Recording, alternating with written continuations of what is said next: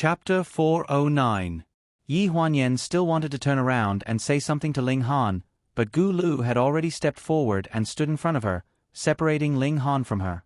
Yi Huanyan looked at Gu Lu's back and only heard him speaking to Ling Han in a voice that was much colder than usual.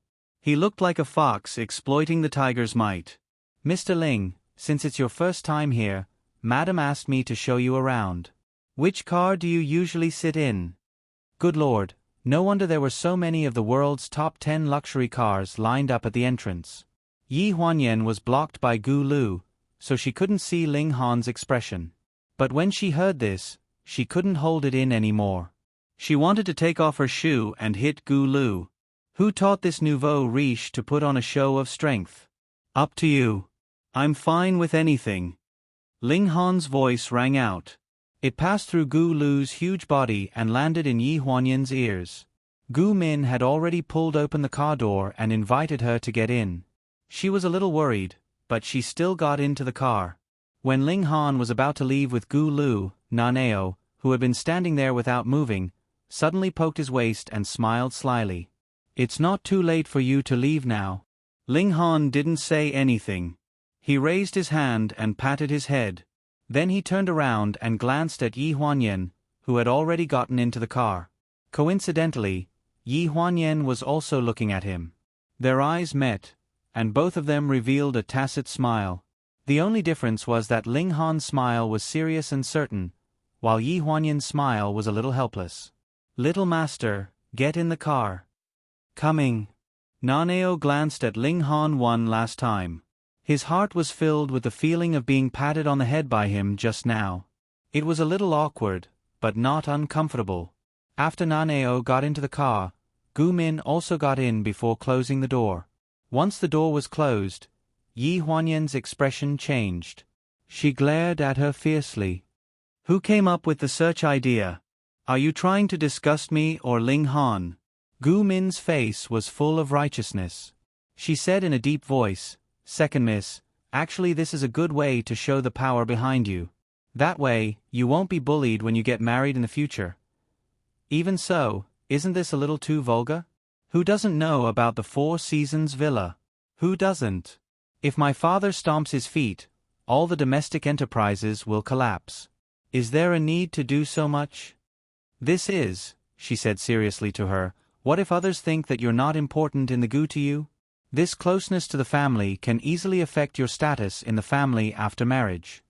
Yi Huanyan was about to refute when she suddenly realized that the woman in front of her, whose range of activities was limited to cleaning her gun and practicing shooting, was saying something that was out of line with her habits.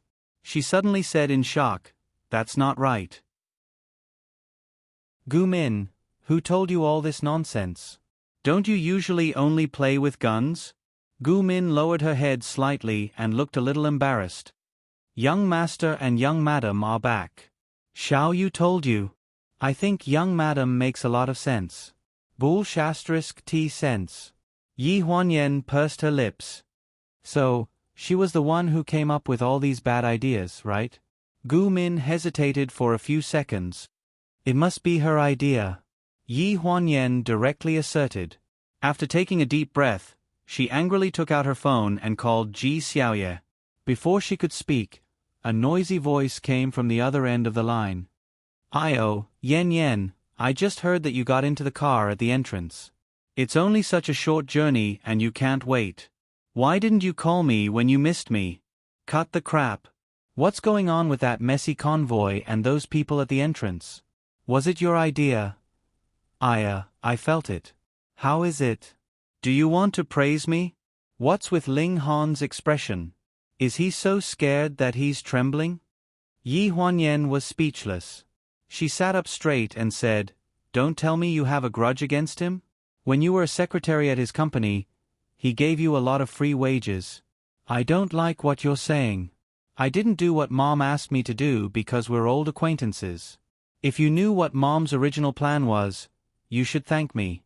I took a step back to remind her about that little trick at the door. "You're still being reasonable." My bread is going to burn. Uncle Sinian, come and answer your sister's call." Calling Gu Sinian uncle was something between Ji Xiaoye and Gu Sinian, but in Yi Huanyan's ears, it was very unpleasant. It wasn't until a clear voice sounded on the other end that the mess in her mind diluted. Yen Yen, you're back? Brother, aren't you spoiling your wife too much? When I first brought her into the family, I put in a good word for her. Why is it that when it comes to Ling Han, all of you are in cahoots? Yi Huanyan went straight to the point and asked coldly, what else do you plan to do? Mom and Dad can just scold her a little. Don't hurt her self-esteem. Based on the situation at the door, it was hard to imagine the humiliating things that would happen later. After Yi Huanyan finished venting, Gu Xinian controlled his temper and spoke. As soon as he opened his mouth, he laughed and was choked by Yi Huanyan. You're still laughing? Xiao Yu's temper is going to explode. After marrying you, she won't be my best friend anymore, right? I'm going to cut ties with her. That's enough. Gu Xinian was afraid that she would continue talking until she reached the entrance of East Park, so he interrupted her. Even if you cut ties with her, she's still your sister-in-law. Are you done yelling? If you're done, listen to me.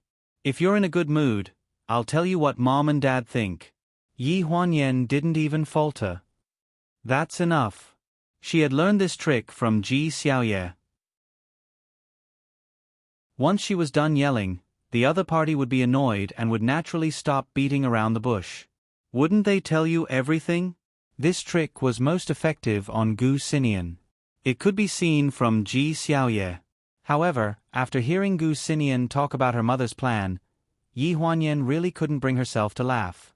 She hung up the phone and hurriedly called Ling Han. A puzzled voice came from the other end. Hello? Yen Yen, you. Don't say anything else. Get Gu Lu to take you. Turn around and say you're not going. We're going back to Lon River. The other end was silent for a few seconds. What's wrong? Don't ask. My dad is easy to talk to, but my mom's temper is really hard to deal with. Let's go, let's go. If there's a chance in the future, I'll think of a way to bring you here.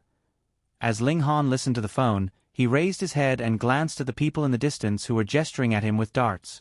His expression was still calm. It's okay, Yen Yen. I'm going to see your mother soon.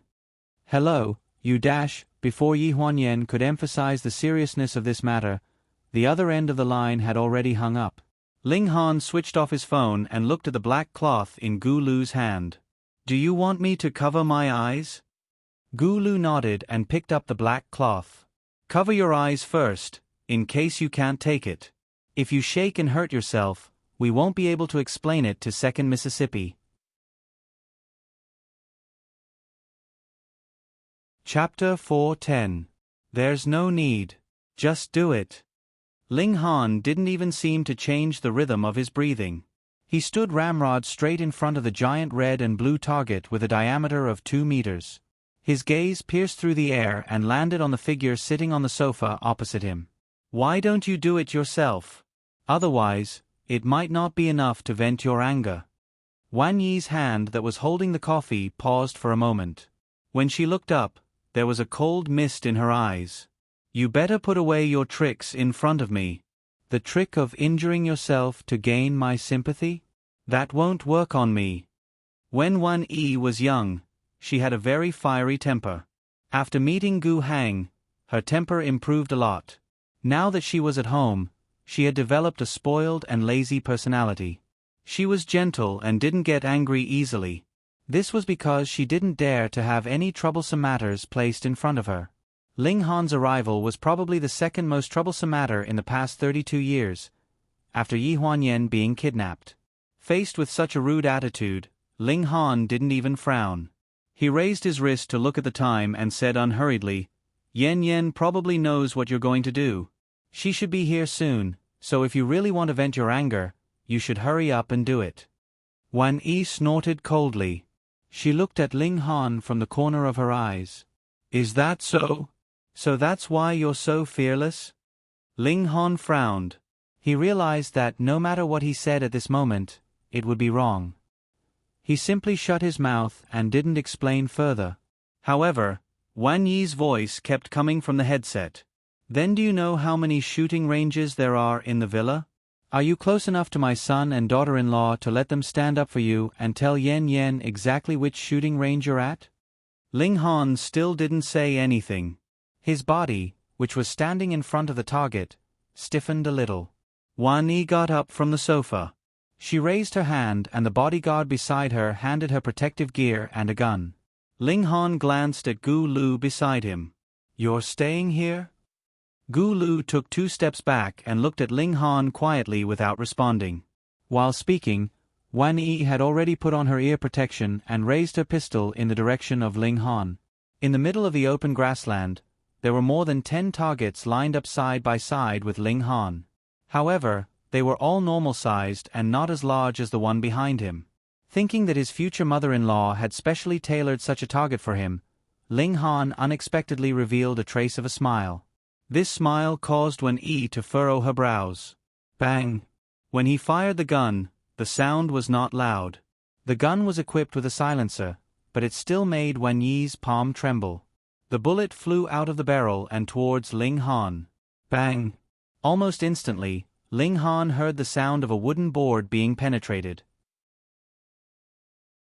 Wood chips and dust danced in the air. This bullet passed close to his ear. He was on the brink of death. He only felt that his legs were a little numb from standing for too long. Actually, his mind couldn't describe what he was feeling. Perhaps it was because he had made all the preparations before he came and wanted the Gu family to agree at all costs.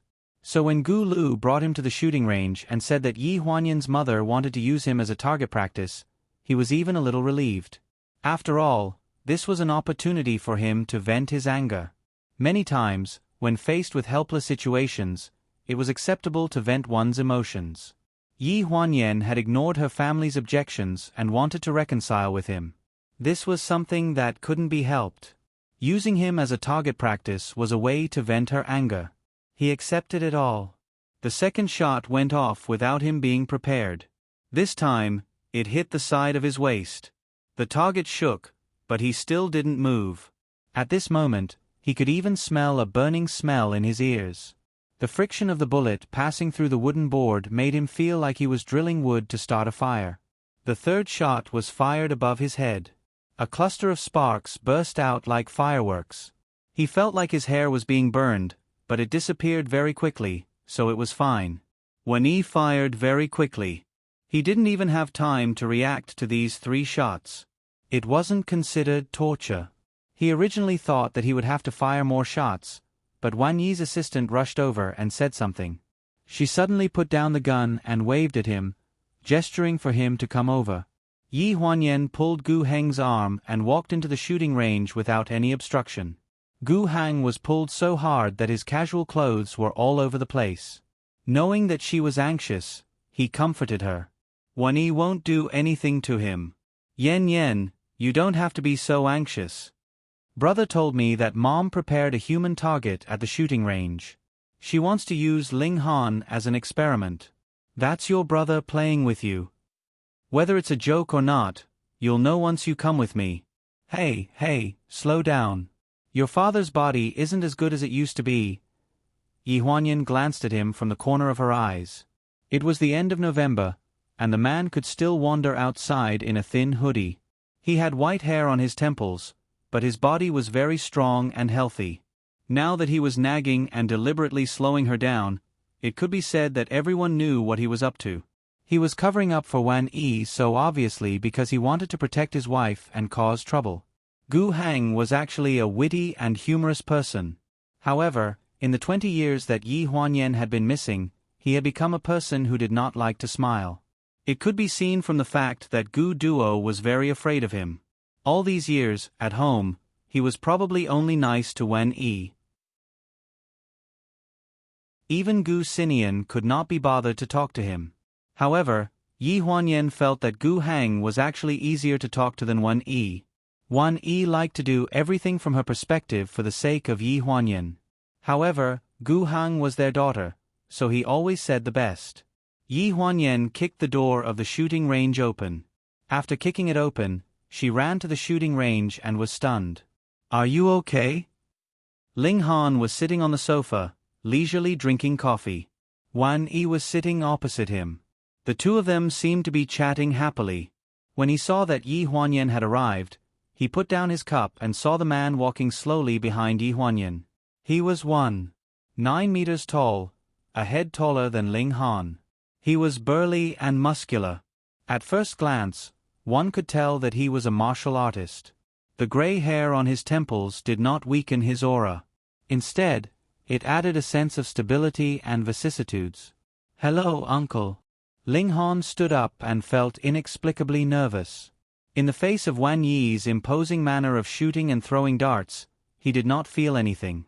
However, when Gu Hang leisurely walked over, he felt pressured. "How was it? I told you that nothing would happen, right?" Gu Hang patted Yi Huanyan's shoulder with a smile at the corner of his mouth. He did not respond to Ling Han's greeting at all. Wan Yi lazily nestled on the sofa and looked up at the father and daughter in front of her. "What are you two doing here in a hurry? Do you want to see me compete with Ling Han in shooting?" Yi Huanyan looked around suspiciously. In the end, her gaze fell on Ling Han's face. "Are you really competing with my mother in shooting?" Ling Han smiled faintly and raised his hand to tuck her hair behind her ear. "Yes."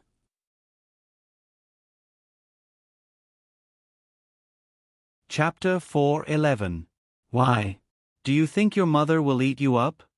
Wan Yi pretended to be angry as she glanced at Yi Huanyan. "Do I look that scary to you?" Yi Huanyan took the opportunity to grab her arm and lay on the sofa. "That's not what I meant. I haven't introduced him to you yet. I'm worried that you won't get along. What if I make you angry again? In your eyes, is your mother such a petty person?" Wan Yi glared at her. "Of course my mother is the most gentle and reasonable person in the world." Yi Huanyan was probably born with a sweet mouth. At this moment, Yi Huanyan stuck to Wan Yi's shoulder like a piece of gum and couldn't be shaken off. Wan Yi did not want to shake her off either. She had not seen her daughter smile so happily in a long time. It was also rare for her to experience Yi Huanyan leaning on her and acting coquettishly. For a moment, she felt a little sad. If her daughter had grown up by her side, she would not have known how to act coquettishly and how clingy she would have been. When she thought of this, her attitude towards Ling Han softened a little. She patted Yi Huanyan on the back of her hand and said, "You can stay here if you want. You can be our judge." "Thank you, Mom." Yi Huanyan giggled. She rolled her eyes and turned to look at Gu Heng.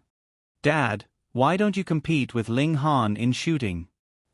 He had been busy talking to Wan Yi earlier and did not notice that Gu Heng had been standing there for a long time without any intention of sitting down. Since he did not want to sit down, Ling Han naturally did not sit either. He allowed the former god of stocks and future father-in-law to narrow his eyes and look up and down for a long time. "No, I have something to do. You guys go ahead." With that, Gu Heng left. From the beginning to the end, he didn't say a single word to Ling Han, not even a single tone. Even though Ling Han had mentally prepared himself, he now realized that Yi Huanyan's father-in-law, who was the easiest to deal with, was probably the most difficult one to deal with. If he didn't make a move, he naturally couldn't deal with it. Wan Yi fired a few shots at the target in the shooting range. The monitor next to her showed her results, which were very impressive. Ling Han and Yi Huanyan sat on the sofa and watched, chatting with each other. "Auntie's marksmanship is very good." "How can it not be good? I've been practicing since I was young. In the past, I followed my grandfather to mine in the mines outside. In order to find some rare gems, we often got into conflicts with people. The places we went to didn't prohibit guns, so I learned how to shoot well." Yi Huanyan took a sip of tea and suddenly said mysteriously, "Let me tell you, before my mother met my father, she was actually an international wanted criminal for a period of time." Ling Han played along with her attitude and sat with a stunned expression. He lowered his voice and asked, "Really? Why?" "Although I don't quite believe it, I heard from my brother that when my mother was young, she was fancied by an Eastern European royal prince. In the end, she ran away before the wedding.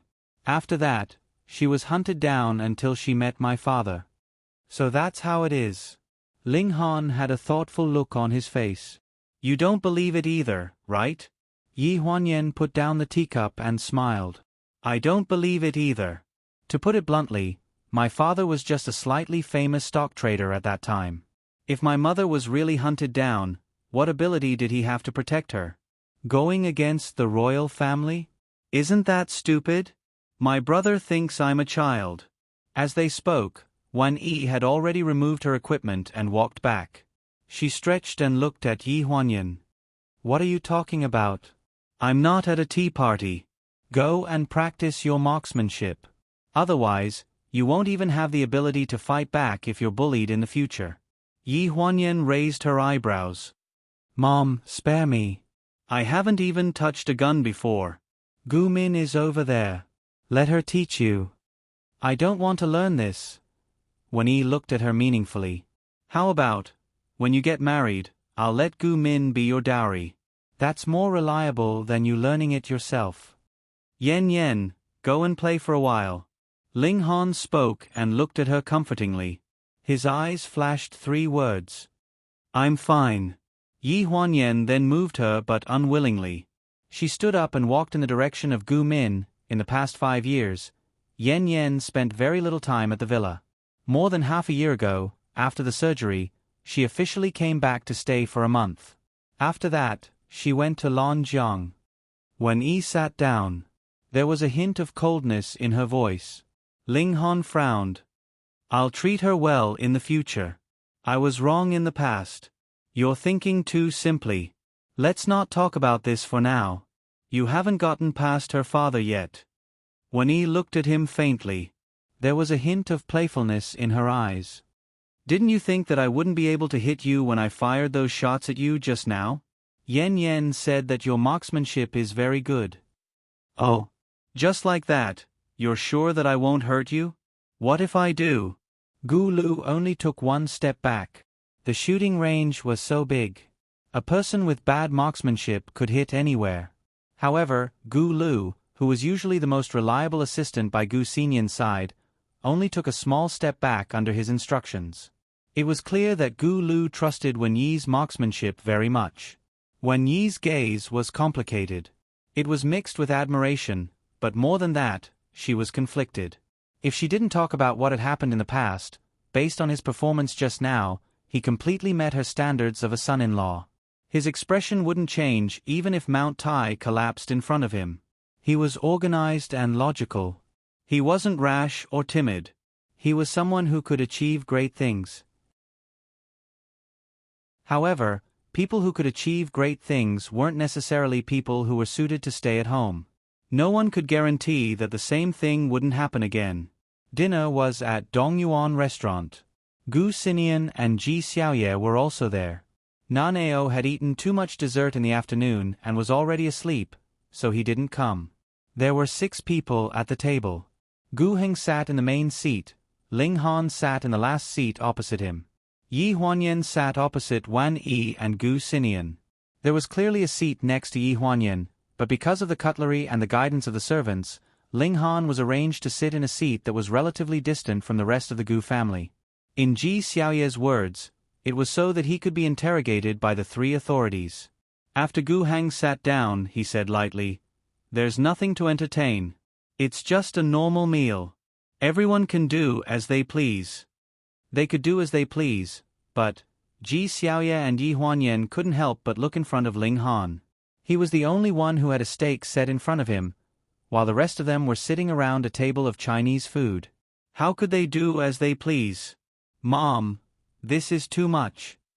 Yi Huanyan glanced at Wan Yi with an unpleasant expression. Wan Yi ignored her and smiled. These are all home-cooked dishes. Our family prefers Chinese food, but we heard that Mr. Ling mostly eats Western food in China, so we specially prepared this meal for you. It's also to make you feel at home. Everyone couldn't help but stand up and applaud when they heard these official words. Even Ji Xiaoye looked a little embarrassed. She tugged at Gu Xinyan's clothes under the table and said in a low voice, "Who arranged this? This isn't very nice, right?" Gu Xinian squeezed her hand and gave her a look that said, "It's none of our business."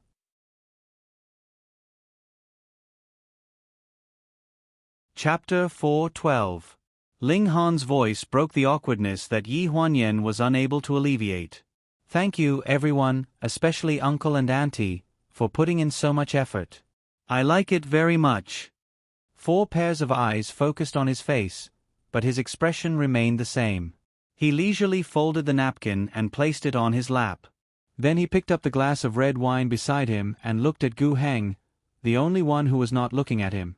He was elegant, poised, and generous. He did not show any fear at all.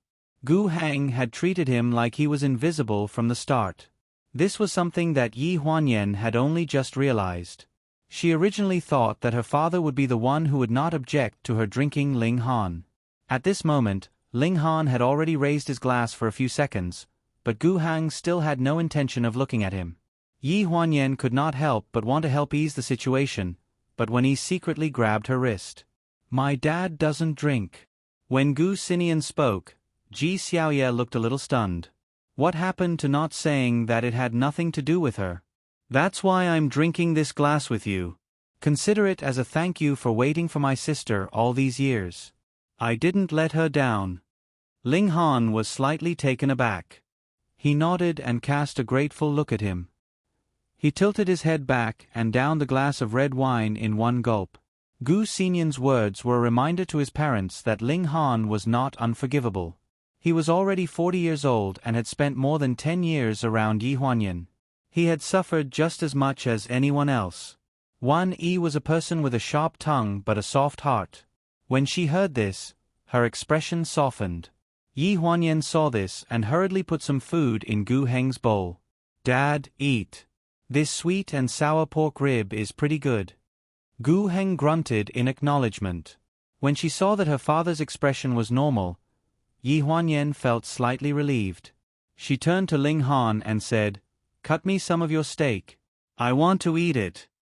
Ling Han nodded. He cut a large piece and placed it on Yi Huanyan's plate. I want to eat too. Ji Xiaoye winked at Ling Han. Give me some too.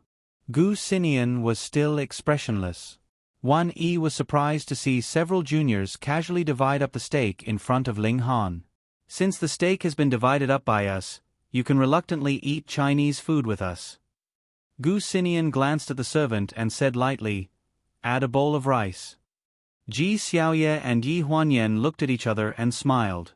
Then, they started to pick up food for Ling Han. In the blink of an eye, the plate in front of him was filled with pork ribs, chicken, broccoli, shredded potatoes, and other Chinese dishes that were on the table. Gu Heng frowned slightly, but she did not say anything. At first, they ate awkwardly. Then, Gu Heng put down her chopsticks and said that she would leave first after eating. Yi also left with her. After that, everyone heaved a sigh of relief. However, there was still some awkwardness in the atmosphere.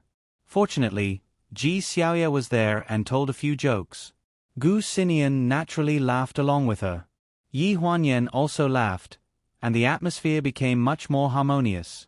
After the meal, Ji Xiaoye dragged Yi Huanyan to the back of the mountain to soak in the hot spring. Gu Xinian and Ling Han could not dissuade them. In the end, they had no choice but to follow them. Originally, they thought that it was a public hot spring. In the end, the men and women were separated. After changing into swimming trunks and coming out of the changing room, Ling Han realized that they were going in the opposite direction from Yi Huanyan and the others. Gu Xinian was already soaking in the hot spring. When he saw that Ling Han was standing still by the water, the corners of his mouth curled up into a smile. Why? Did you think that the 4 of you would be soaking together? Are you disappointed? Ling Han rubbed his nose.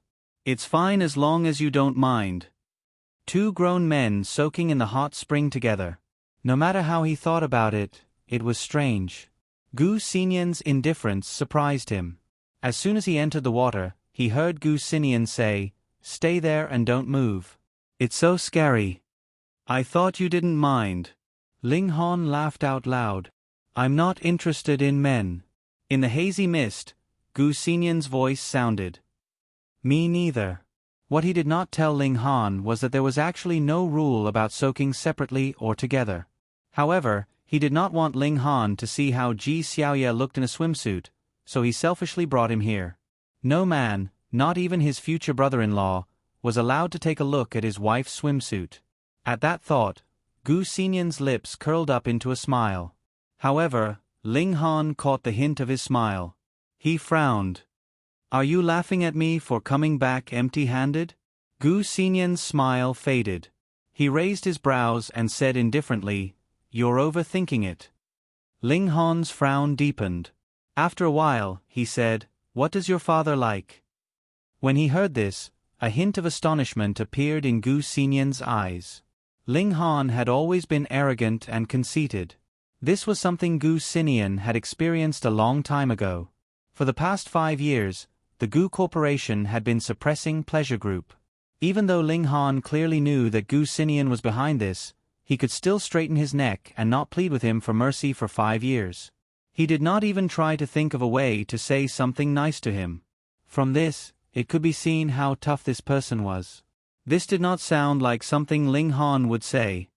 "Why are you asking this? Are you going to cater to his preferences?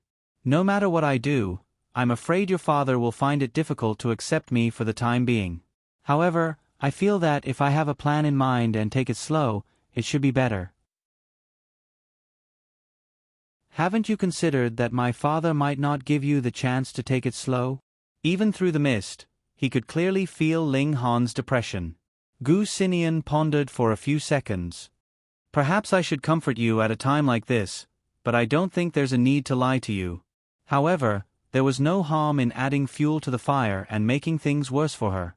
He wanted to stand up for his younger sister. Gu Xinyan's eyes glinted with a sly light. On the other side of the hot spring, surrounded by a bamboo forest, there was blue sparkling wine in an ice bucket. Ji Xiaoye wore a light yellow bikini and swam back and forth in the hot spring like a goldfish. She exclaimed, "This feels so good." Only then did she obediently lie down beside Yi Huanyan. Each of them held a glass of wine and chatted casually. "Judging from Mom and Dad's attitude, I'm afraid we won't be able to conquer it in the short term. Ling Han is so pitiful." After lamenting, Ji Xiaoye seemed to have thought of something and smacked her lips. "But he deserves it. You think it's difficult to conquer it too?" Yi Huanyan swirled her wine glass with a worried expression. "Isn't that so? Can't you see how Mom and Dad usually treat me compared to how they treat Ling Han? The difference is like heaven and earth. TSK, you're showing off in front of me, aren't you?" Yi Huanyan couldn't help but roll her eyes at her. "If it weren't for me, would you have gotten to know my brother? I've wasted a best friend like you, you ingrate. Don't be like that. Aren't I helping you?" Ji Xiaoye giggled. She couldn't help but kick her feet, splashing water everywhere. "I have an idea." "Really?" Yi Huanyan stared at her doubtfully. Ji Xiaoye leaned over to her ear. "Listen to me. Although this idea won't work 100%, it's very effective at 90%.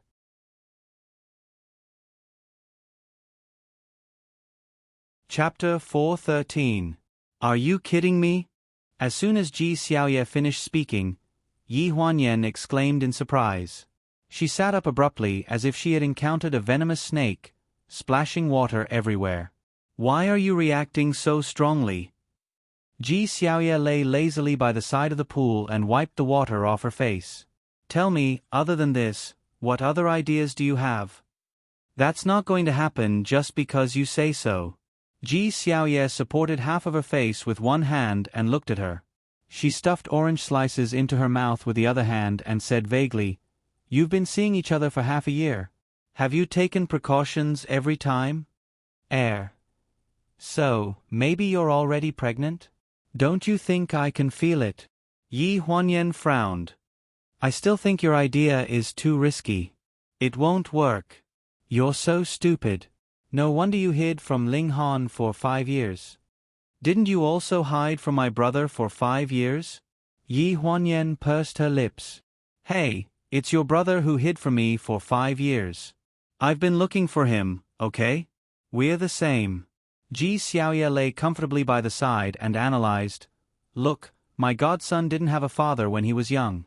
Although he's quite good looking now, there's indeed a problem with his personality. Don't you think so? That's because I hurt his brain when I was pregnant. It has nothing to do with Ling Han. Are you listening or not? Go ahead, go ahead. Anyway, this child grew up without a father, so he's more mature than other children in many aspects. Whether or not it has something to do with the injury when you were pregnant, I think Mom and Dad will take this into consideration. They didn't have the means back then, but now that you're in a good relationship with Ling Han, if you get pregnant again, there's no reason to let Bao be a child of a single-parent family, right? Maybe my parents really think so? How shameless! Ji Xiaoye rolled her eyes and turned away. She didn't want to talk to her anymore. I came up with the idea.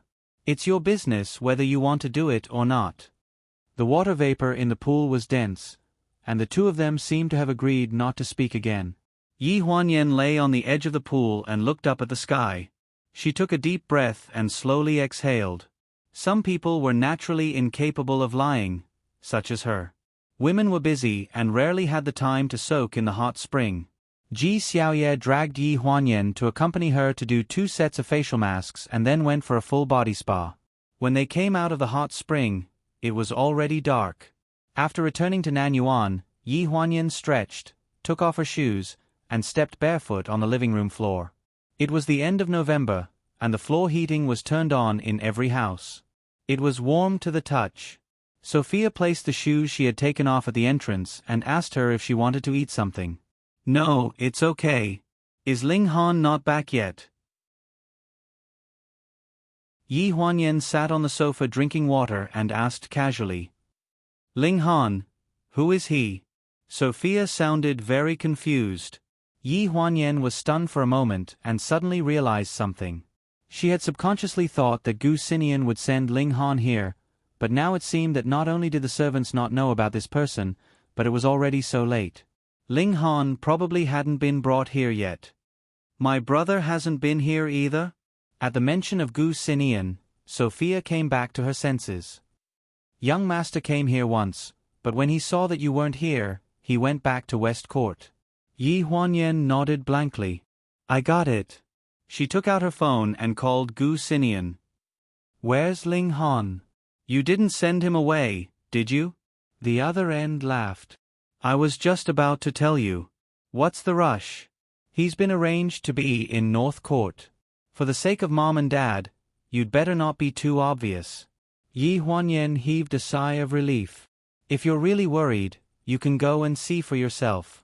There are no servants in North Court. He's the only one there. I told him to tell me what he needs, but I don't think he'll say anything. Yi Huanyan wasn't too worried about the absence of servants. Ling Han wasn't a spoiled person. After hanging up the phone, she walked around the living room. Sophia, you should rest. I'm going to rest too. There's nothing else. Sophia was stunned. Okay. Although she said that, she didn't move. Yi Huanyan had to go upstairs and wait until midnight before she tiptoed out of bed. She put on a coat and sneaked downstairs. Then she ran wildly in the night. What was going on? She saw her boyfriend in her own home like a thief. Yi Huanyan was speechless as she ran. The lights in North Court were still on. Yi Huanyan hid in the hallway and listened to Gu Lu's voice coming from the living room. After a long time, the door opened and Gu Lu's voice came. Mr. Ling, I'll be leaving first. Gu Lu walked past the door and stood in the hallway for a few seconds. Yi Huanyan's heart was in her throat. If he found out that she was here in the middle of the night, it would be so embarrassing. Fortunately, Gu Lu didn't look back. He only stood there for a few seconds before he strode out of the yard. Yi Huanyan rushed into the house before Ling Han closed the door and threw herself into his arms. A sudden gust of cold wind hit Ling Han's chest, and he staggered back 2 steps. His back hit the shoe cabinet at the entrance. He furrowed his brows and tried not to make a sound, but the pain was real. His hands were suspended in the air, and he couldn't react for a moment. By the time he reacted, the person in his arms had already let out a long sigh of relief. You scared me to death. A layer of warmth condensed in his eyes. He wrapped his arms around her shoulders and said gently, Why are you here now? Are you cold? It's so cold. Yi Huanyan shrank into his arms again and said unhappily, Why did Gu Lu look for you in the middle of the night? I was blown by the cold wind under the hallway for more than 10 minutes. Why didn't you come in? Ling Han opened his jacket and wrapped her in it. He patted her back and said, You're the second daughter. Are you afraid of embarrassing yourself? How can the second daughter be so shameless? What's wrong with you? Weren't you the second daughter who was shameless when you pulled me into a room at the bar? Hey, I'm leaving if you keep talking. Yi Huanyan said this, but her body was very honest and she snuggled into his arms again. You came to look for me so late. Do you want to chat or comfort me? Both. She snuggled into his chest like a kitten and rubbed against him. Ling Han's Adam's apple bobbed. If you're not leaving, I'm going to close the door. His slightly hoarse voice came from the top of his head. As soon as he finished speaking, the person in his arms moved. Yi Huanyan directly raised her leg and kicked the door from behind. After a loud bang, it was as if the whole room shook. Her arms wrapped around Ling Han's neck without any explanation. He lowered his head and his eyes met a blushing face looking up at him. She was staring straight at him charmingly. Ling Han, I want to have another child. Since she didn't know how to lie, then let's do something real.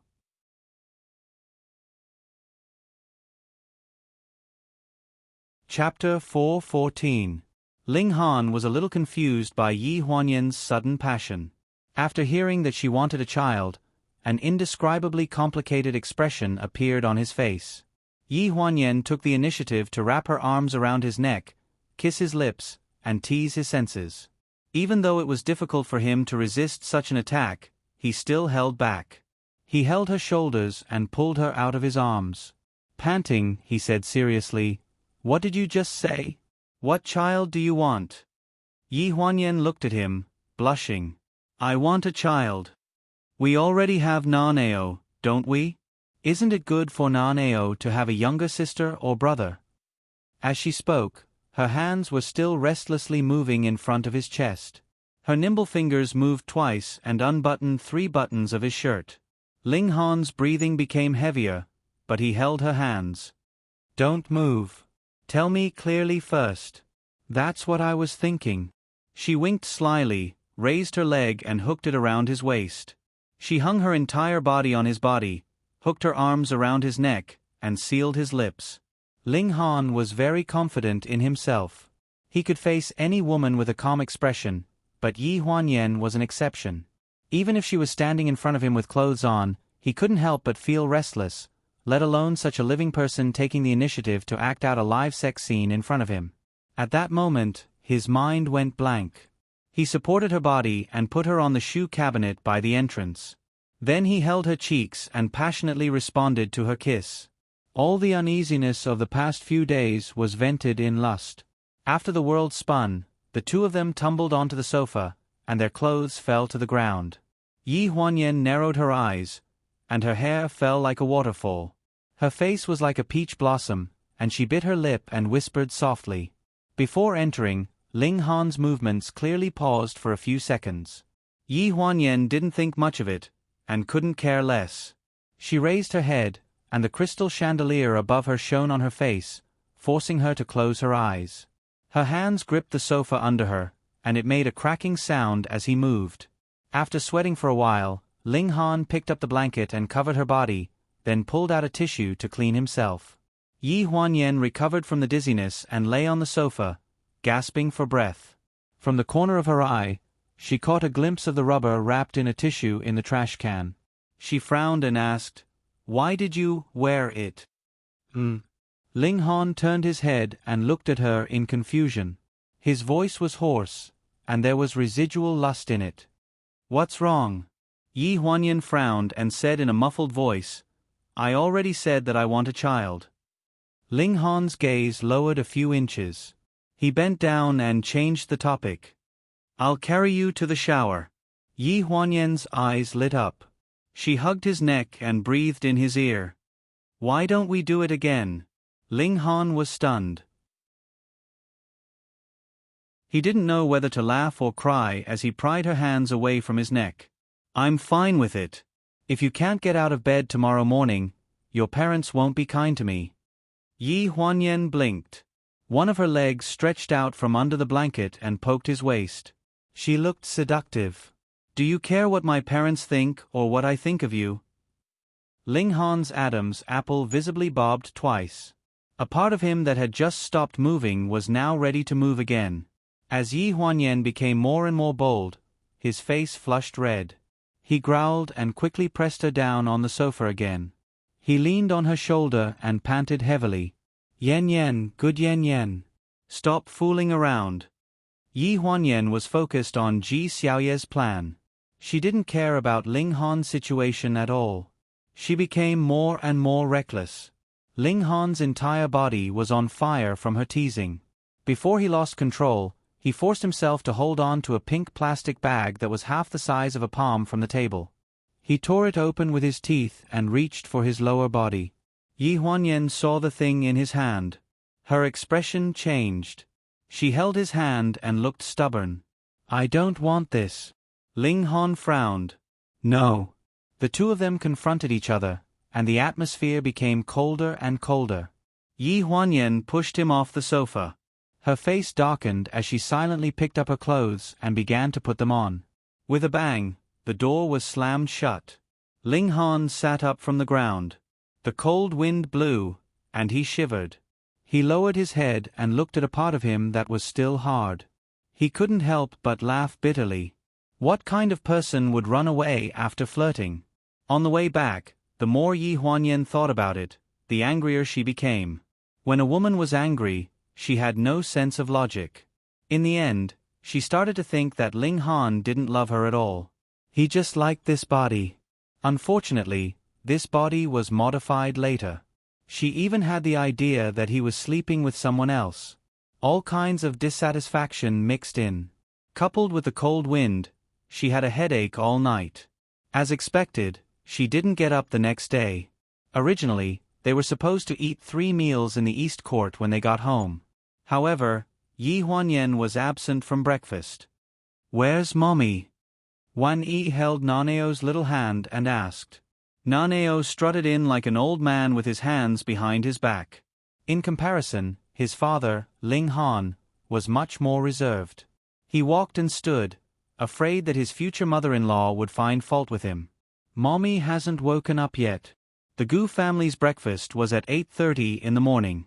The whole family wasn't sleepy people, and Yi Huanyan was no exception. Wan Yi immediately felt that something was wrong. She glanced at Ling Han unhappily. What's wrong with her? Ling Han's expression froze. He didn't know if he should answer. If he said that he knew, it would directly expose that they had met last night. If he said that he didn't know, it would appear that he didn't care about Yi Huanyan at all. He was in a dilemma. How would he know? He slept in the North Court last night. Ji Xiaoye's voice interrupted loudly. Mom, don't worry. I soaked in the hot spring with Yen Yen a little too long yesterday. I have a headache when I get back. Maybe I caught a cold on my way back. I'll bring some light breakfast to Yen Yan's later. Wan Yi nodded. Okay. After speaking, Wan Yi didn't look at Ling Han anymore. She held Naneo's hand and led him to the dining table. Naneo didn't even take his hands out of his pockets. He just opened his mouth and waited to be fed. This attitude of a young master was much more impressive than anyone in the Gu family. Ling Han sighed in relief. He glanced at Ji Xiaoye and nodded as a form of thanks. After breakfast, Ji Xiaoye took the packed breakfast with Naneo and went to the South Court to look for Yi Huanyan. Gu Xinian originally wanted to follow them, but when Yi stopped him. An Yen, don't go. I need your help. Ji Xiaoye looked back and didn't ask anything. She patted Gu Xinian's shoulder and said with a smile, Do your best to help Mom. Don't come with me to join in the fun. We sisters are whispering to each other. Ji Xiaoye's figure disappeared from the hall. Wan Yi looked at her son with a worried expression. It's about time. Who's here? Gu Xinian frowned. Xiao Ying. After speaking, Wan Yi sighed. It's been so many years. The two of you are really… When she called me last night, she was looking for you for a serious matter. She wasn't looking for trouble. Xiaoying is a good child. Don't worry.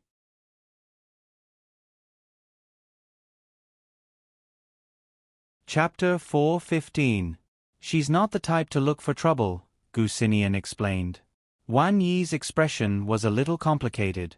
She looked like she wanted to say something but stopped on second thought. After a while, she said faintly, "Forget it. Do as you see fit." Ling Han's attention wasn't on Gu Xinian's love history. He finished his breakfast early in the morning and sat upright. He watched as his future father-in-law slowly finished his porridge and even drank 2 bowls. Then, he walked away with his hands behind his back and still didn't look at him.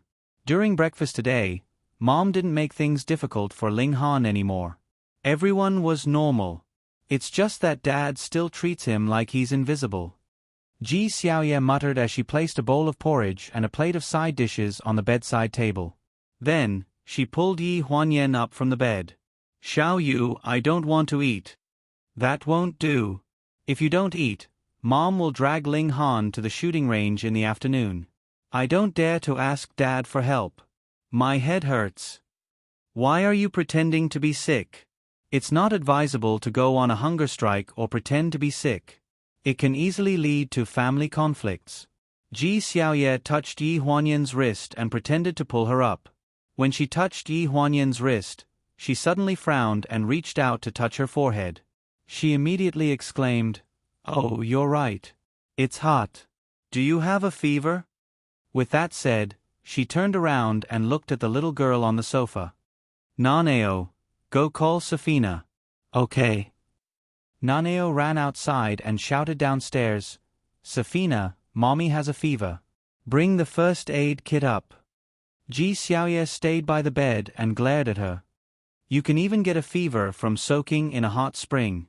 I feel really bad about it. Look at your small physique. Are there any side effects?" Yi Huanyan narrowed her eyes and bit the thermometer in her mouth, unable to speak. She could only listen to Ji Xiaoye's nagging. Ever since this person married her brother, she had become more and more naggy. She was very talkative every day. Especially when she returned to the villa, she liked to run around with a bag of snacks. Not only did she lead the prim and proper Gu Min astray, but she had also led Gu Lu astray recently. "Open your mouth. Let me check the temperature. It's almost 39 degrees Celsius. Lie down and think of a way to reduce your fever. If it still doesn't go down at night, I won't help you hide it anymore. I'll call the doctor directly. It's nothing serious. I just caught a cold last night. Don't tell my mom." As soon as Yi Huanyan spoke, he felt his throat burn. Last night, after walking around the villa in a sweaty manner, anyone would have a fever. "Who knows?" Ji Xiaoye sighed. "Who knows how our mom will torture this future son-in-law this afternoon?" Yi Huanyan's eyes dimmed a little. "Do you think that Ling Han remarried to me because he feels that he owes me?" "Of course he owes you. Do you still need to ask?" Ji Xiaoye blurted out without thinking. However, Yi Huanyan did not mean that. Her face was extremely pale. Last night, she was in a muddled state repeatedly in her dreams. There was the time when the two of them fell out, the time when they were innocent and ambiguous, and the time when they met again. Before she woke up, she saw a pair of eyes full of guilt. Those eyes in her dreams made her feel uneasy. "What are you thinking about?" Ji Xiaoye asked. "Why are you suddenly asking me this? Did he provoke you? Or is it because you can't stand the pressure from Mom and Dad?" "Nothing." Yi Huanyan closed his eyes. "I want to sleep for a while." "All right then, you go and rest. I will come and see you before lunch." Ji Xiaoye adjusted the cold towel on her forehead. Before she left, she reminded Naneo, who was slumped on the sofa and playing with his tablet. "Your mommy is running a fever. Don't bother her. Come with Auntie." Due to the underground hot spring, the bamboo forest at the back of the villa was shrouded in mist all year round. It was like a fairyland. Today, Fu Yingxiang was wearing a lotus-colored cotton dress with a large black lantern-sleeved cardigan on the outside. There was a fresh and elegant little daisy brooch on her chest. Her long chestnut brown hair had been dyed black at some point in time and was draped over her shoulders. From time to time, it would be blown by the wind, making her look like a fairy who had fallen into the mortal world. She had the appearance of a classic beauty. 5 years ago, before the Fu family's accident, she had always dressed in this style. She looked like an otherworldly fairy, as if she had no intention of getting involved with anything in the world. Gu Xinian approached her slowly, as if he was afraid of disturbing her. He stepped carefully on the dead leaves in the bamboo forest, but the leaves rustled. She turned around and showed a natural smile. "You are here. Why don't you sit in the room?" Gu Xinian asked. "I am afraid of misunderstanding. It is not a big deal, but there is something that I am worried about unless I give it to you in person. I happen to be in Los Angeles, so I brought it with me," she said as she handed over the blue suede box that she had been holding in her hand. "The last 2 bottles of that child's ashes are here. Although I know that you don't mind this, it will be better for you in the future, right?" Gu Xinian took the box and looked at it apologetically. When he opened it, there was a glass bottle that was as thick as 2 fingers and it was filled with gray powder. "Why is it with you?" "During the wedding, I took advantage of the chaos to get it from Gu Duo. Since you didn't go, she knew that this thing was meaningless in her hands, so she didn't waste any time and asked for it back." Fu Yingxiang said it casually. In fact, when she was preparing, she wasn't sure if Gu Duo would really bring this thing to the wedding. After all, if she missed that opportunity, it wouldn't be easy to set up another trap for Gu Duo. Fortunately, it was a close call in the end. "Thank you." Gu Xinian closed the box with a complicated look in his eyes. Fu Yingxiang was very relaxed and smiled. She didn't think it was taboo to bring it to the wedding. "I heard that after she went home, she had a big conflict with her family. Now there is chaos over there. She wants to go back to the Four Seasons villa. Your parents didn't agree, did they?" Gu Xinian shook his head. "No, I was afraid that Yen Yen would be uncomfortable." Fu Yingxiang smiled again, but there was a bit of self-mockery in her smile. "That girl really doesn't know how to behave. She can't know her place, and she still blindly thinks about it. She made a mess of her own life. In the end, no matter what happened, it was all because of her own actions." She was talking about Gu Duo, but how could she not be talking about herself? "If you need anything in the future, just let me know. Don't think about the future. Let's do it now, in this place. Gu Xinian, you still owe me a first kiss. Don't you remember?" Gu Xinian was stunned. Everyone had a time when they were young, and Gu Xinian was no exception. From the age of 10 until many years later, Fu Yingxiang was the only girl of the same age by his side. Every year, there would be a few holidays where his father's good friends would send them to the villa to stay. At that time, the only girl in the villa, Gu Min, was still a snot-nosed person who followed her brother around. She couldn't even be considered a girl. Therefore, when he climbed mountains, climbed trees, and dived into the sea to catch fish in his youth, it was this woman in front of him who accompanied him.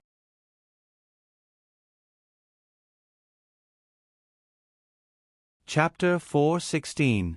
At the age of 15, he was at the age of first awakening of love, so he couldn't remember clearly what he had promised.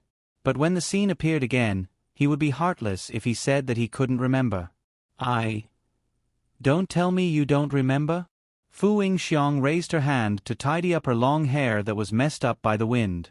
At this moment, Gu Xinian seemed to understand why she suddenly dyed her hair back to black. On his 16th birthday, she had also come here to attend his birthday banquet in plain clothes. She was as elegant as a lotus flower in the midst of a crowd of young girls. Gu Hang had many friends and brought many children with him. For a time, the entire Four Seasons villa was very lively. However, the person he was most familiar with was nowhere to be seen. He found the group of girls noisy and gave him a headache, so he went to the back of the mountain to find this scene. The 15-year-old Fu Yingxiang was leaning against an ancient tree in the bamboo forest and playing her flute. She looked like someone who had walked out of a painting. Hey, why are you here?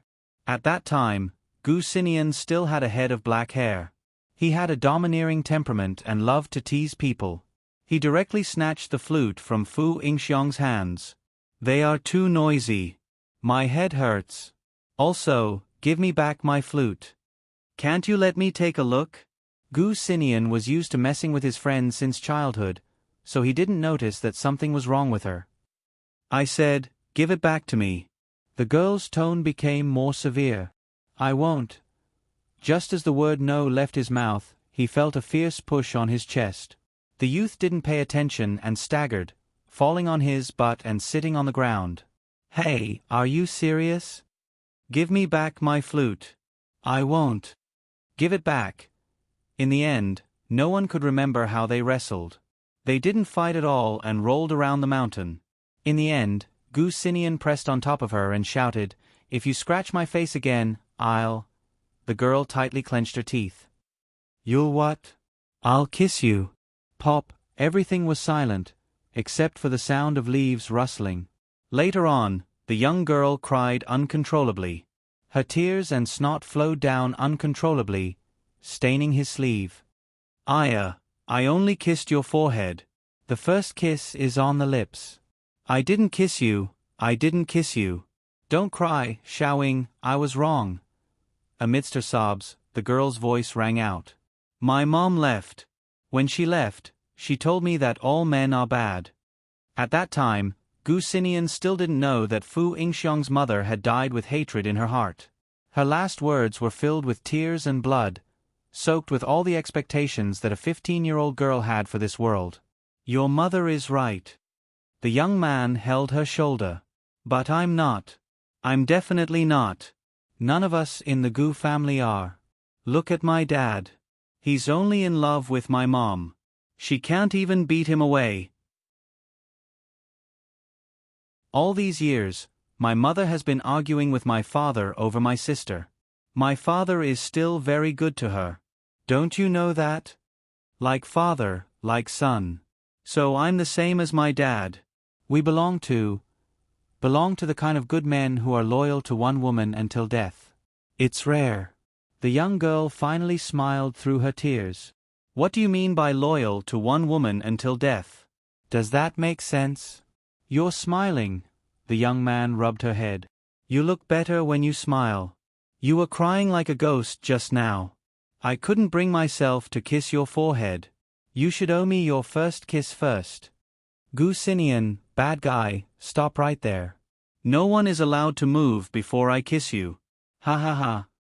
I remember. Gu Xinian's voice was tinged with a layer of bitterness.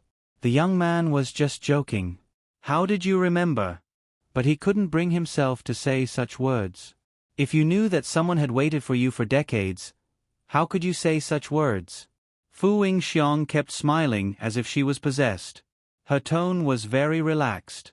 I'm in a good mood today. I didn't cry, and I'm not depressed. So I should get back what you owe me, right? Are you really sure? He didn't know what to say. He didn't know how to say it. I'm really sure. I'm sure. The leaves rustled for a long time. Gu Xinian finally took a step forward and released the voice that he had been holding for a long time. Okay. Everyone had obsessions. Wan Yi's obsessions were to find her missing daughter. Gu Xinian's obsessions were to let Su Ku and their child rest in peace. Fu Yingxiang's obsessions were just a young joke. Since she could fulfill her wish, why not? His silver hair was particularly eye-catching in the bamboo forest. The cross earring on his left ear had been removed. Standing in front of Fu Yingxiang, who wasn't wearing high heels, he was like a huge monster. He reached out and hugged her shoulder, as if he was comforting an injured kitten. She looked up and was still smiling. Her smile was pure and harmless, as gentle as water. Gu Xinian frowned. In the end, he lowered his face. The moment he leaned over, the person in front of him lowered her head slightly. The kiss that was supposed to land on her lips landed on her forehead instead. It was a little cool. Gu Xinian was stunned, but he was already pushed away. Why do you look like I'm going to rape you? Even though I'm 40 years old, I don't think I'm that hard for you to kiss, right? Fu Yingxiong pursed her lips and turned around with her hands behind her back. Her footsteps were light and the tassels on the hem of her sweater swayed. That's it. I'm leaving. We don't owe each other anything. The bamboo forest rustled. Gu Xinian looked at the little black that was walking away. His eyes were filled with complex emotions. Fu Yingxiong walked away and got into the car on the main road of the Four Seasons Villa. Go straight to the pier. Okay, Miss Fu. Her beautiful face was reflected in the rear-view mirror. Many women dreamed of having such a beautiful face even at 40 years old. At this moment, there was a relaxed smile on her face. She raised her fair and clean fingers to touch her forehead, hiding the bitterness in her eyes. She had gotten what she wanted. Uncle, you're done for. A childish voice scared Gu Xinian so much that he staggered. He turned around and saw an adult and a child standing behind an old tree not far away. When he saw the light yellow hoodie, he knew that someone had come. Xiaoyu. Naneo was wearing a red vest. Standing next to Ji Xiaoye, who was wearing a yellow outfit, they looked like traffic lights. She was hugging her arms. Her pink and tender little face looked like an auntie who was watching the show. She pretended to be deep in thought as she shook her head and sighed repeatedly. Uncle, uncle, you're done for. Xiaoyu, this matter. Before he could finish, the yellow light jumped into his arms. She looked up and kissed him on the cheek. She whispered, Xiaoyu. Gu Xinian was a little flustered. He heard her choked voice. The 3 words were hidden in the bamboo leaves, but it was not difficult to distinguish them. Thank you. Thank you for not being moved by such a good girl and waiting for me to come. Thank you for the love in your eyes. It has nothing to do with time and waiting. It's only about each other. Thank you. The red light hugged her arms and staggered. Her small body barely managed to steady herself. She covered her suddenly red face and peeked through the gaps between her fingers at the 2 people kissing in the distance. She was dumbstruck. Mommy, what's going on? Why aren't they following the plot in the book?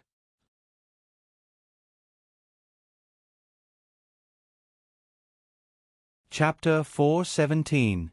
I'll sleep with you tonight. Ji Xiaoye suddenly said this as she set the table for dinner. Yi Huanyan was slightly stunned. I have a cold. Aren't you afraid that I'll infect you? It's better than... Better than what? Yi Huanyan bit her spoon and looked at Ji Xiaoye quizzically. What's wrong with you? Did you quarrel with my brother? We didn't quarrel. I just don't want to go back and see him.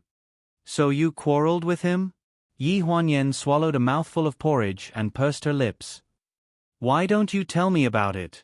I happen to be frustrated in love too.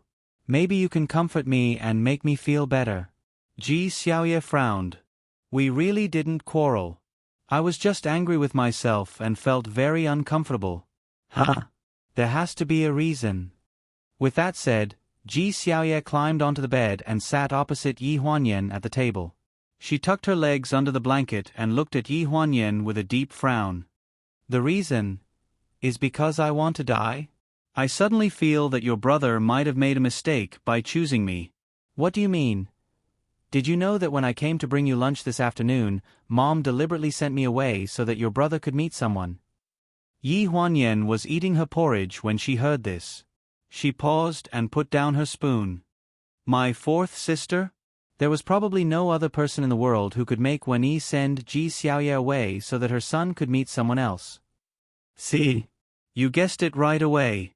Your family's attitude is really... What do you mean by our family? I don't like to hear that. Yi Huanyan glared at her. Don't talk nonsense. Did you see my brother and my 4th sister doing something? Were you triggered? I didn't do anything. Ji Xiaoye frowned and thought for a long time.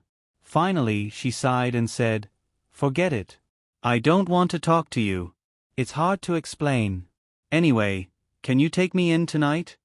Yi Huanyan stared at her for a while, but couldn't figure out what was going on even after a long time. She could only nod and agree. Let's not talk about me.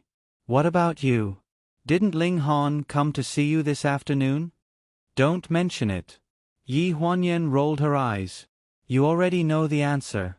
Wan Yi's dissatisfaction with Ling Han was all reflected in the fact that she asked him to help her with the chores. There were obviously servants and all kinds of surplus labor at home, but she just had to take Ling Han with her. I heard from Safina that my mother brought Ling Han to the mountains behind to mine in the afternoon. She said that she wanted to teach him how to identify gems and wanted to impart her lifelong knowledge to him. Mine.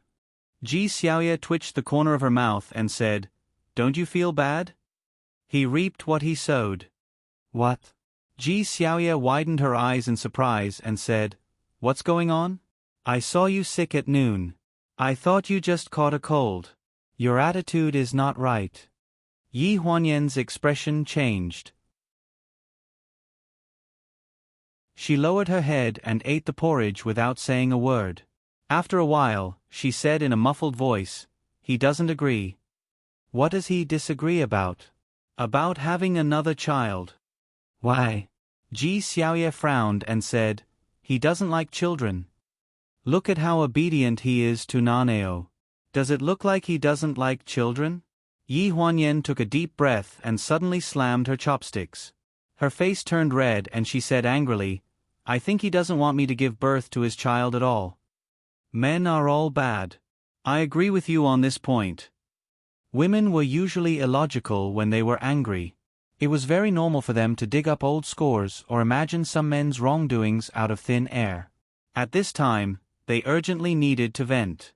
After venting, the matter could be considered half solved. The two sisters hid under the blanket and after berating the man fiercely, they fell asleep contentedly. One decided to pester him, while the other decided to forget the past.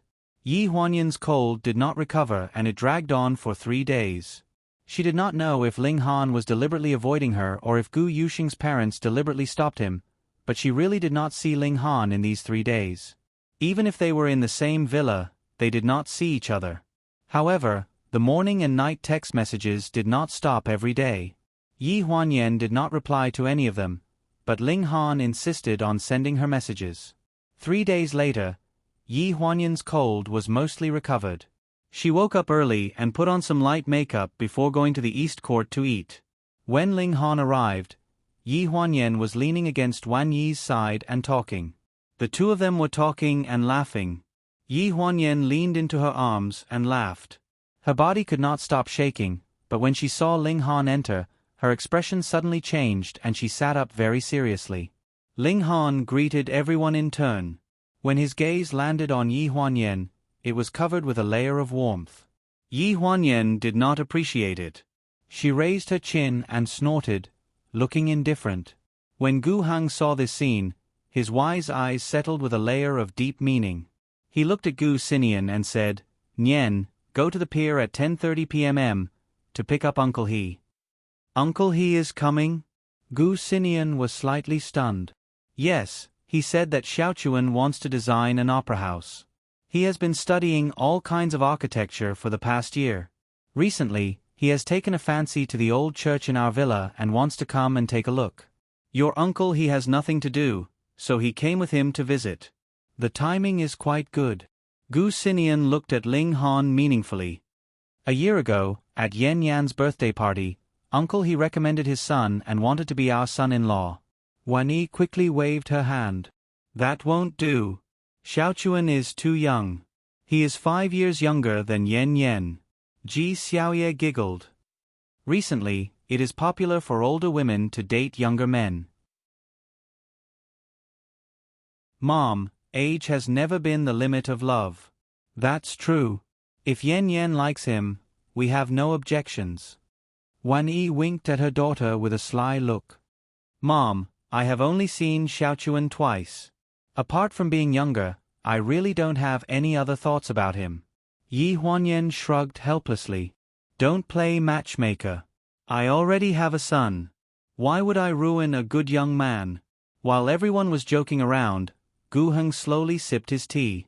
His gaze, intentionally or otherwise, landed on Ling Han, who was sitting opposite him. He did not seem to be affected by this half-truth joke. He lowered his head and cut the bacon for Naneo. He put it to his mouth and said in a low and patient tone, "Open your mouth." "Ah, Naneo, stay away from the screen when you are playing games. Did you wear the anti-radiation glasses I gave you yesterday? They are too heavy. My nose hurts. I don't want to wear them." Compared to Ling Han's patient look, Naneo was much more perfunctory and even a little impatient. Ling Han frowned and lowered his voice to persuade him. "Naneo, those glasses are not much heavier than a piece of paper." Naneo sniffed and jumped off the chair with his game console. "I am full." After saying that, he walked away with the servant. He did not take Ling Han, his real father, seriously at all. No one was surprised by this scene. Usually, only Yi Huanyan would reprimand him. However, at this moment, she did not say anything and only frowned.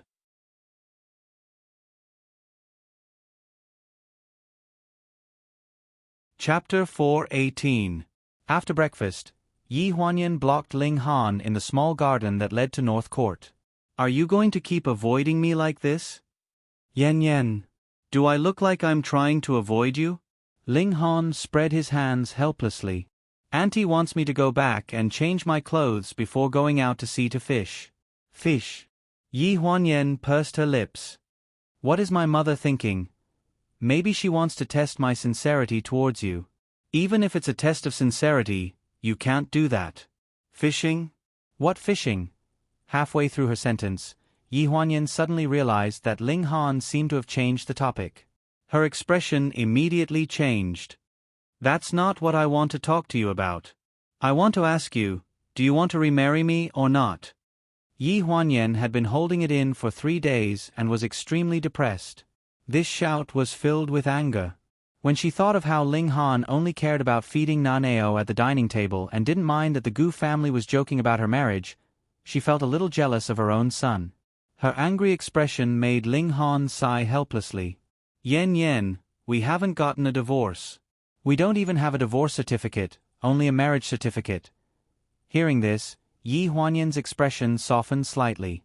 She straightened her neck and said, "Then why aren't you anxious at all? What if my parents don't agree? I'll wait until they agree. Why don't we elope?" Yi Huanyan's eyes sparkled. "I can ask my brother for help. My parents love me so much. Even if I run away, they'll be angry at most for a couple of days." The cool morning sun shone on the two of them. These passionate words ignited Yi Huanyan's entire heart. For a moment, Ling Han was a little moved, but in the end, he just shook his head. His slender fingers brushed a strand of hair away from her face.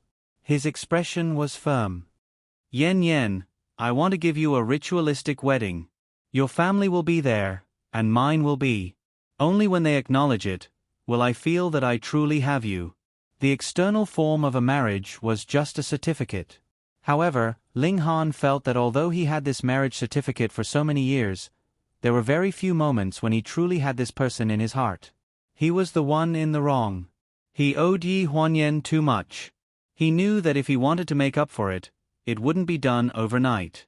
However, he wanted to take it one step at a time. At the very least, he wanted to let the people closest to them acknowledge their marriage. A marriage with blessings would always have a higher chance of happiness. The people closest to them, such as their son and the living relatives of both parties. Yi Huanyan's eyes warmed. She pursed her lips, and her voice softened. She whispered, "Then why didn't you accept my suggestion? Do you not want a child, or do you not want the child I gave birth to?" There was a moment of silence in the air. Yi Huanyan looked up at him, her gaze gradually becoming more aggressive. The leaves rustled behind them. Ling Han's voice was a little hoarse, and there was a hint of pain. "Your brother said that when you gave birth to Naneo, you had a difficult labor and suffered a lot of bleeding."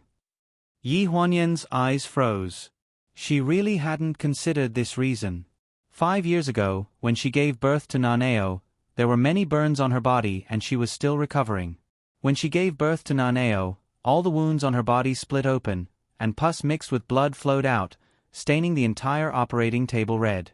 That was probably the closest she had come to death 4 months after the car accident. She didn't know when Gu Xinian told this to Ling Han. She stared at him blankly, and her voice was tinged with bitterness. My body has completely recovered. As long as you're by my side, I don't want you to be in any danger, Yen Yen. Ling Han's hand gently touched her cheek. The pain, guilt, and love in his eyes were intertwined, and they couldn't be separated. He looked at the woman in front of him. This was the woman he fell in love with at first sight when he returned to China when he was young. This was the woman he had been entangled with love and hate for more than 10 years. Yen Yen, you don't seem to know how much I cherish you. Yi Huanyan looked at his helpless and pained expression. In the end, she couldn't continue to insist. She sighed, hugged his waist, and leaned against his chest. You don't have to be so careful. I'm not made of glass. Everything will be fine. Everything will be fine in the future. Okay. He stroked the top of her head, his eyes filled with gentleness. Everything will be fine. At noon, Gu Xinian personally went to the pier to pick up Gu Heng's good friends, Uncle He and his son, to the villa. Out of courtesy, the Gu family stood in front of the main entrance of the East Court to welcome them. Yi Huanyan stood beside Wan Yi. She looked around but didn't see Ling Han, so she asked Wan Yi, "Where's Ling Han?" Wan Yi didn't even look up. She only cared about waving at the car in the distance and said perfunctorily, "I asked him to go out to sea to fish with John. They should be back soon." Yi Huanyan frowned. "Mom, why do you insist on making him do such physical work? It's not like you don't know that he hasn't done this before. It's precisely because he hasn't done this before that I'm making him do it. Don't forget that he's 8 years older than you. I'm testing his strength so that he won't even be able to carry Naneo in the future. I have to hand it to you for your logic. Oh, don't worry. Do you think your mom will eat him up? Your uncle He is here. Go say hi." With that said, Wan Yi followed behind her husband and walked towards the black Rolls-Royce. Uncle He was a mutual friend of Yi Huanyan's parents. It was said that he had pursued Wan Yi when he was young, but Gu Hang beat him to it. It was rare that there was no enmity between the three of them, and they had been friends for decades. Uncle He was wearing gray casual clothes. He was a few years younger than Yi Huanyan's father. Probably because he took good care of himself and didn't have many troubles, his hair was still black and he didn't look old. Next to Uncle He was a young man who was half a head taller than him. He was about 25 or 26 years old, wearing a burgundy hoodie, black trousers, and sneakers. He looked very young and energetic. He smiled at Yi Huanyan, revealing his dimples. He shouted at Yi Huanyan, who was standing on the steps from afar, "Sis, long time no see. You've become prettier." Ji Xiaoye held back her laughter and secretly tugged at Yi Huanyan's clothes. "Does this little brat like you?" Yi Huanyan glared at her, then turned around and smiled at He Chaochuan. Uncle He smiled very kindly. He looked at his old friend and his wife and said jokingly, "Xiaochuan said that he wanted to use the church in your villa for reference when designing the opera house. I told him that he had ulterior motives, but he didn't admit it. Look, he kept talking about Yen Yen the whole way here. He couldn't wait to praise your Yen Yen for her beauty. If you ask me, why don't your Yen Yen marry into my family? She's my only son, and in the future, the family property will be shared between the two of us." Wan Yi looked at Yi Huanyan and smiled meaningfully. "My daughter is a few years older than Xiaochuan. If she's younger, we'd be more than willing. It's good that she's older. She's 3 years older than him, and Xiaochuan is always changing his mind. It's good that someone can control him." While they were chatting enthusiastically, Ji Xiaoye was grinning from ear to ear. She leaned on Yi Huanyan's shoulder and whispered in his ear, 6 years older than him.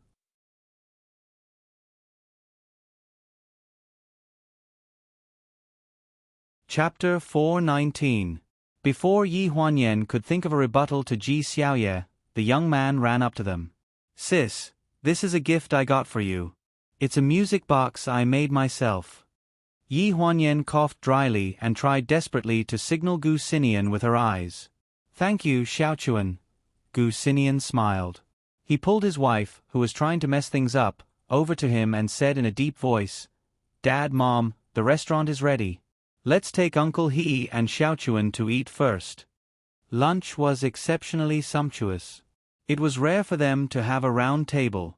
Naneo sat at the table and there was a turntable in the middle of the round table. There were 8 cold dishes. First there was duck soup, then there were more than 10 dishes with meat and vegetables. Yen, Uncle He opened a new resort hotel in the Maldives. You're welcome to visit any time. Okay, I'll go when I'm free. Yi Huanyan was a little distracted. She kept glancing at the door. Mom, where's Ling Han? Why isn't he back yet? He probably forgot the time while fishing with John. Don't wait for him. Let's eat first. Wenyi looked indifferent. She had a matter-of-fact look on her face. Yi Huanyan frowned. I'd better go take a look. It looked like it was going to rain. Fishing in this weather was always worrying. There was no signal at sea, so there was no reply to her text message. Wenyi put down her chopsticks and looked at Yi Huanyan with a gentle but firm expression. Yen, the guests are here. Yi Huanyan was stunned and froze in the act of getting up. Wenyi had never deliberately asked her to do anything.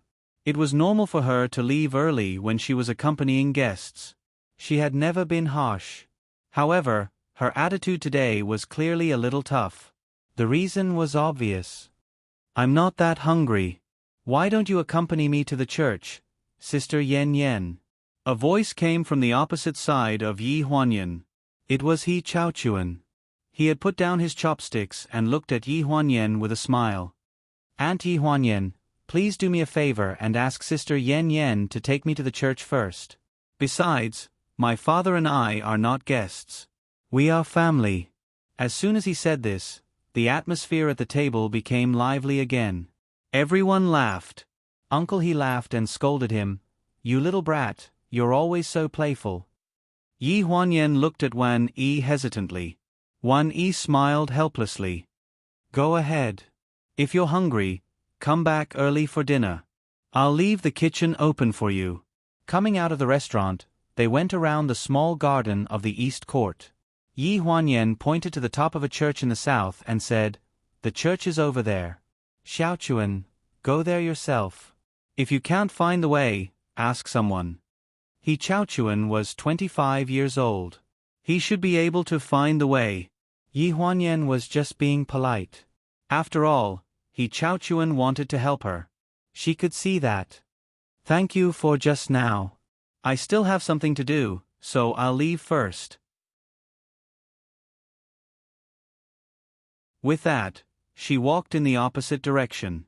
The location of the Four Seasons Villa was at the North Gate. Outside the North Gate was the dock, where several fishing boats and speedboats of the Gu family were parked.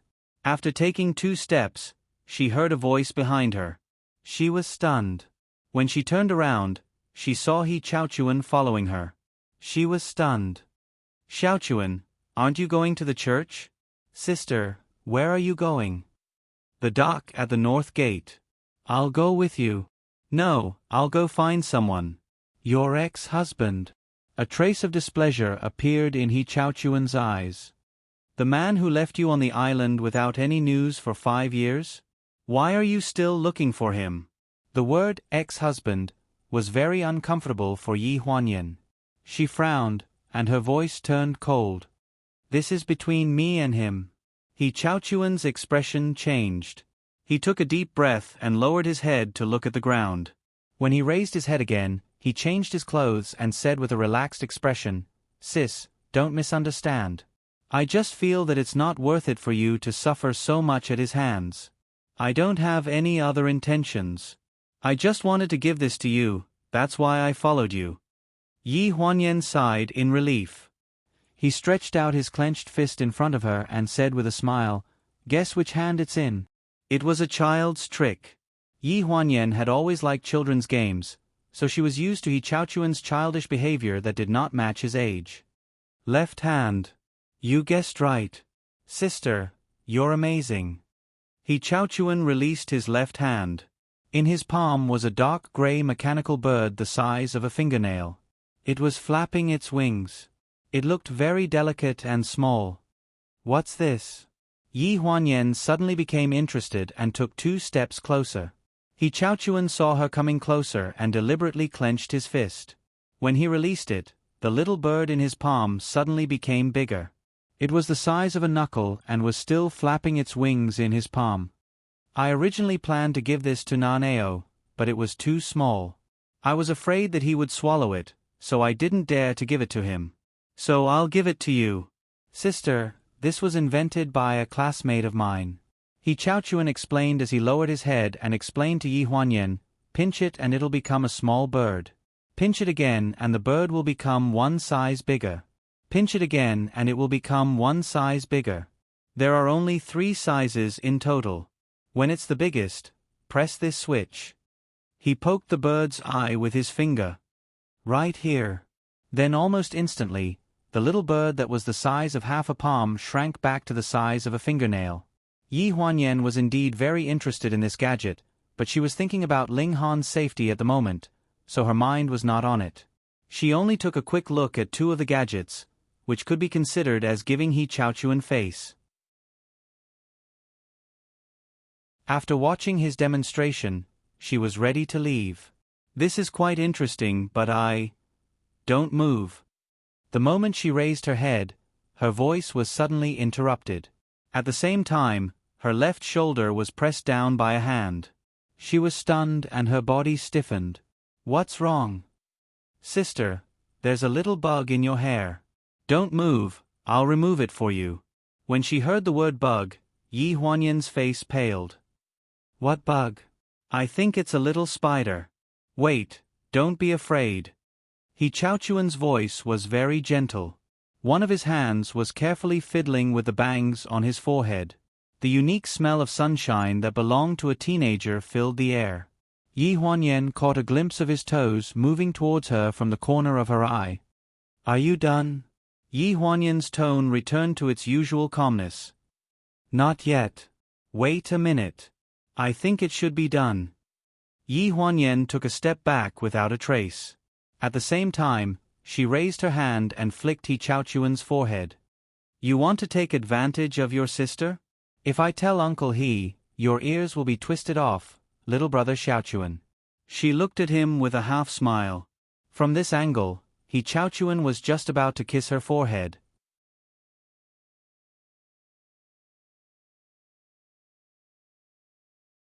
Chapter 420. Hiss. He Chaochuan covered his forehead and sucked in a breath of cold air. Sister, you hit me so hard. All right, the joke is over. You should know the church. I have something to do, so I won't play with you anymore. Yi Huanyan raised her eyebrows and turned to leave. I'm not joking. He Chaochuan's voice came from behind.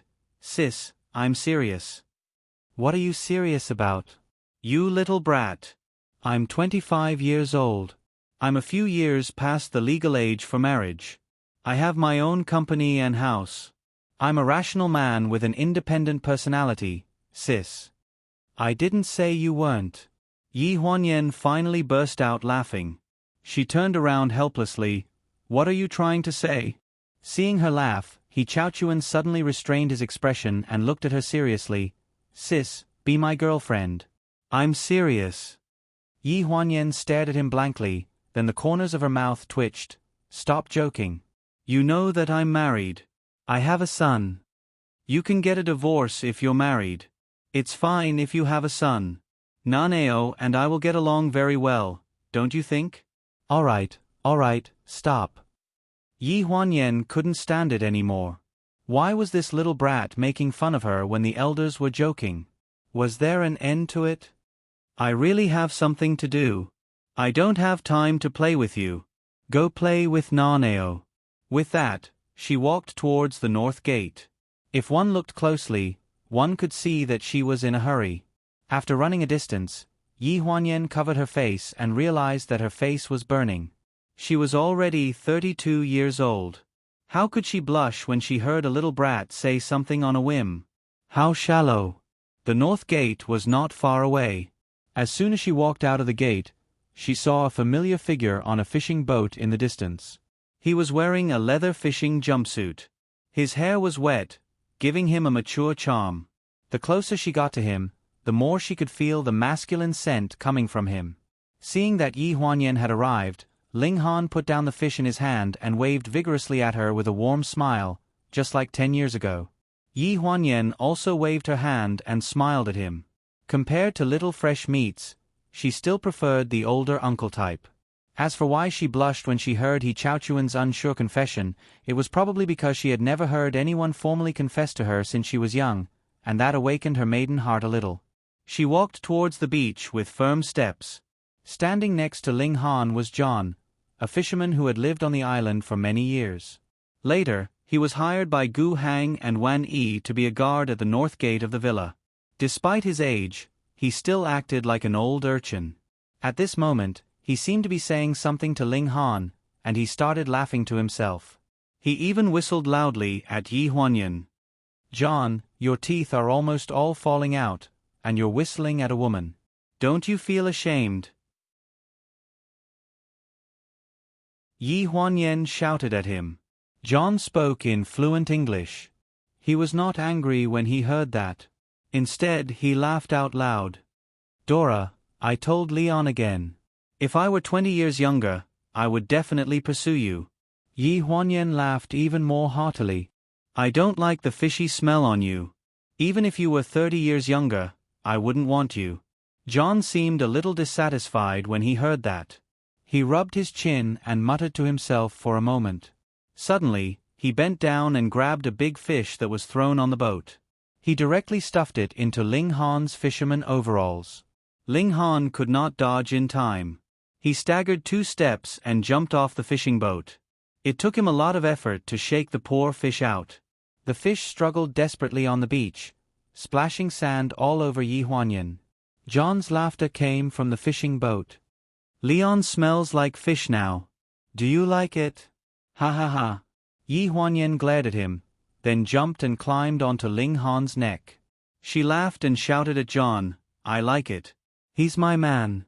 Not to mention the fishy smell, I'd like to be sprayed with cuttlefish juice." Ling Han's hands were stained with fish scales. At this moment, he was afraid that she would fall, so he had no choice but to hold her legs. There was helplessness in his eyes, but there was also affection in them. Yi Huanyan seemed to be particularly obedient today. He did not know why. When Yi Huanyan and Ling Han returned to the villa, Uncle He had already left. There was food left for the 2 of them in the kitchen. The 2 of them pulled up a small folding stool and sat at the entrance of the kitchen with their bowls in their hands. They ate while sunbathing. Perhaps Yi Huanyan's sitting posture was too bold, or perhaps the small folding stool was too small for Ling Han. The servants passing by all covered their mouths and snickered. "My parents didn't ask you to come over for lunch. Don't mind them. I see that my mother's attitude is much better when she mentions you. Uncle He is a friend of my parents, and I'm not very close to them. Anyway, you won't have anything to talk to them about. It'll be more peaceful if you don't go." "I know."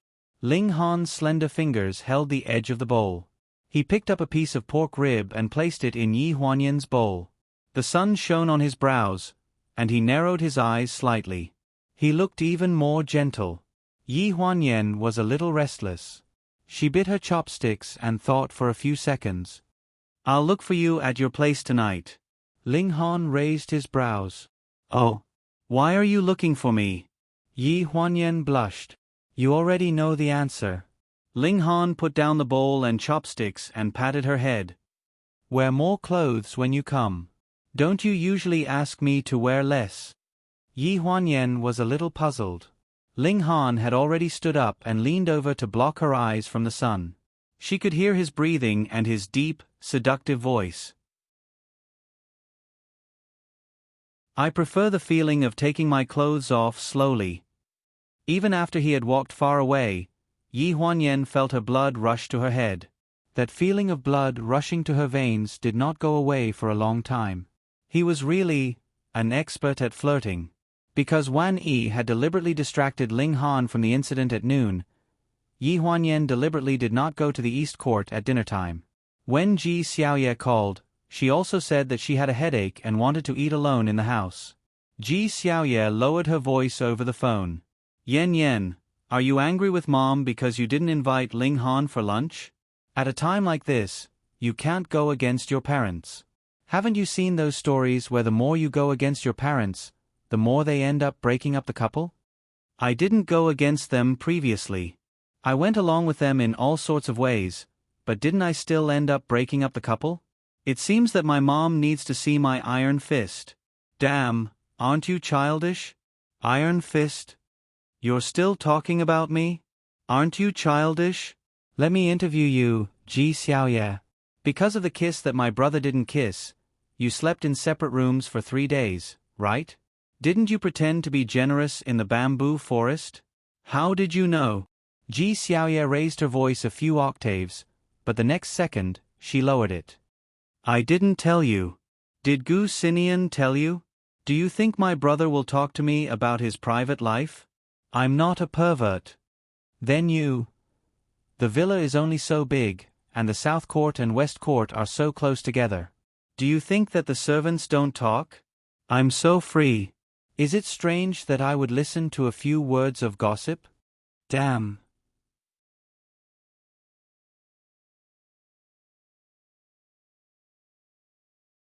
Chapter 421.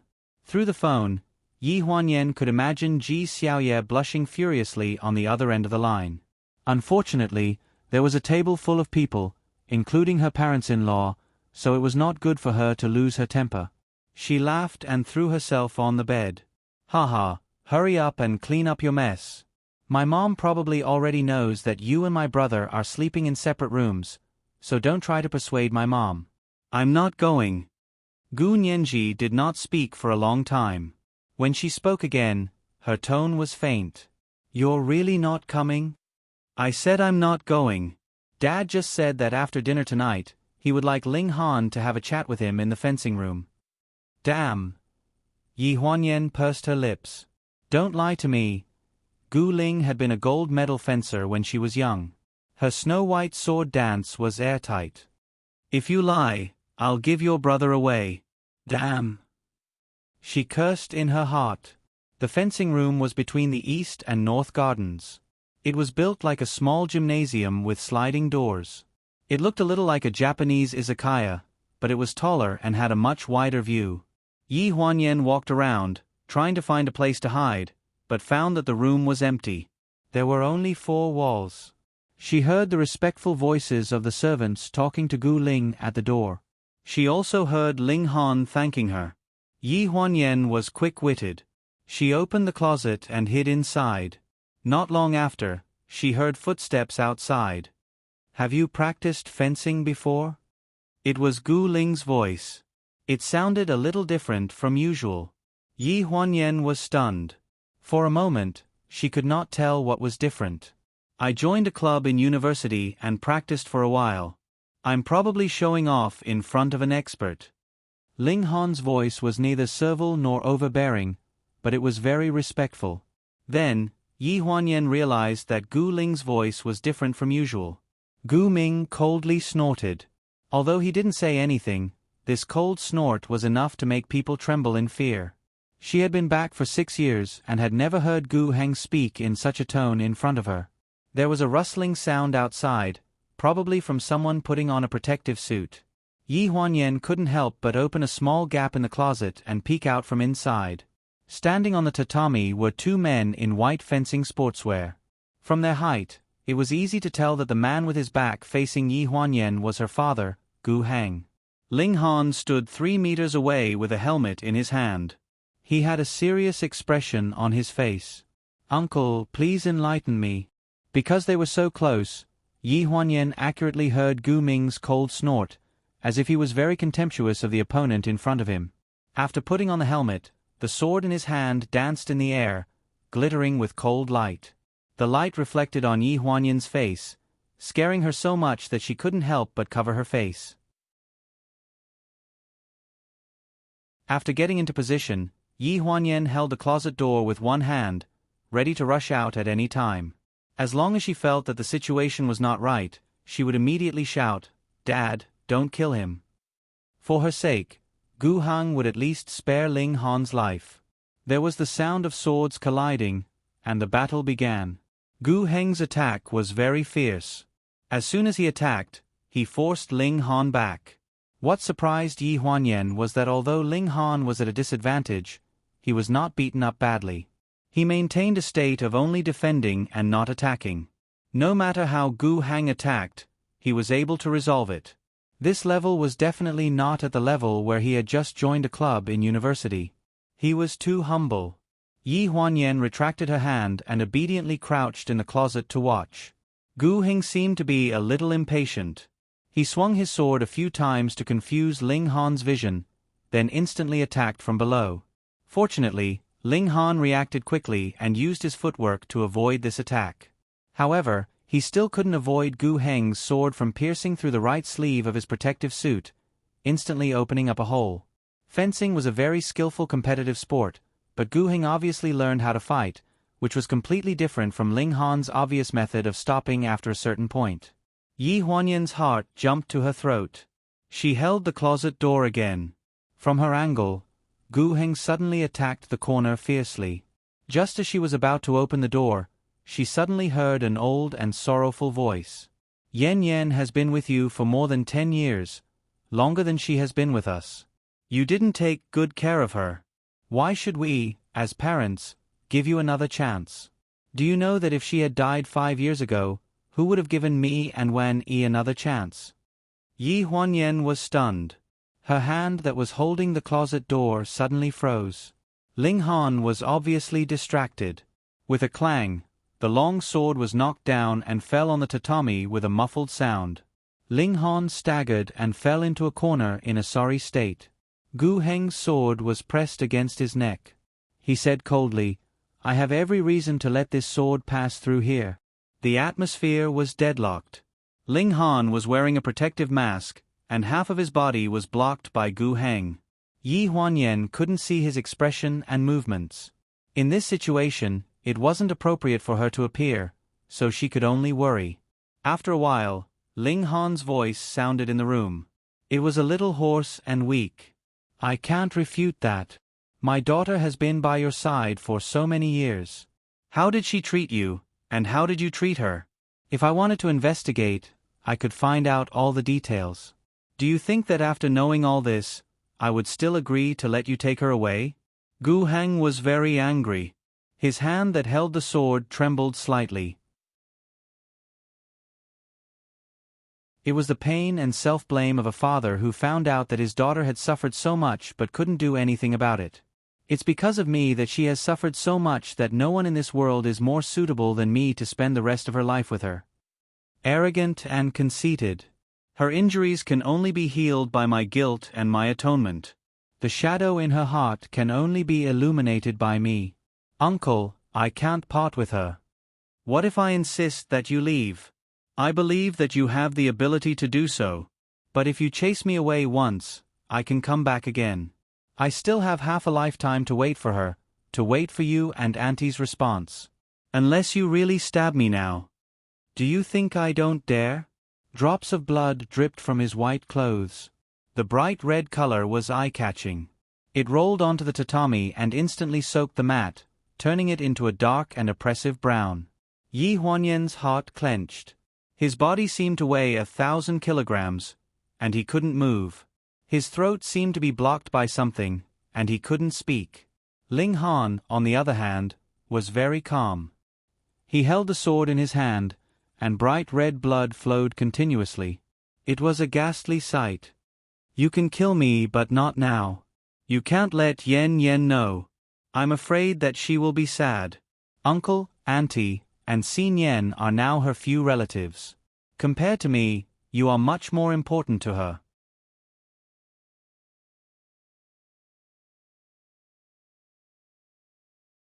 Chapter 422. In the end, Gu Heng's sword did not fall. When he said in a hoarse voice, "You can go. For Yan Yan's sake, I will consider it." Yi Huanyan felt that her father was really old. She had never seen her father when he was young, but she had heard from Gu Xinian that he did not care about anyone's opinion. He lived a carefree and unrestrained life. Just because the mercenaries injured Wen Yi's arm, he could cut off all the tendons in their hands and feet. He was tyrannical and cold. But now, he compromised for her. The sound of the door opening and closing rang twice, one opening and the other closing. Gu Heng was the only one left in the room. He removed the protective mask on his head and sat cross-legged.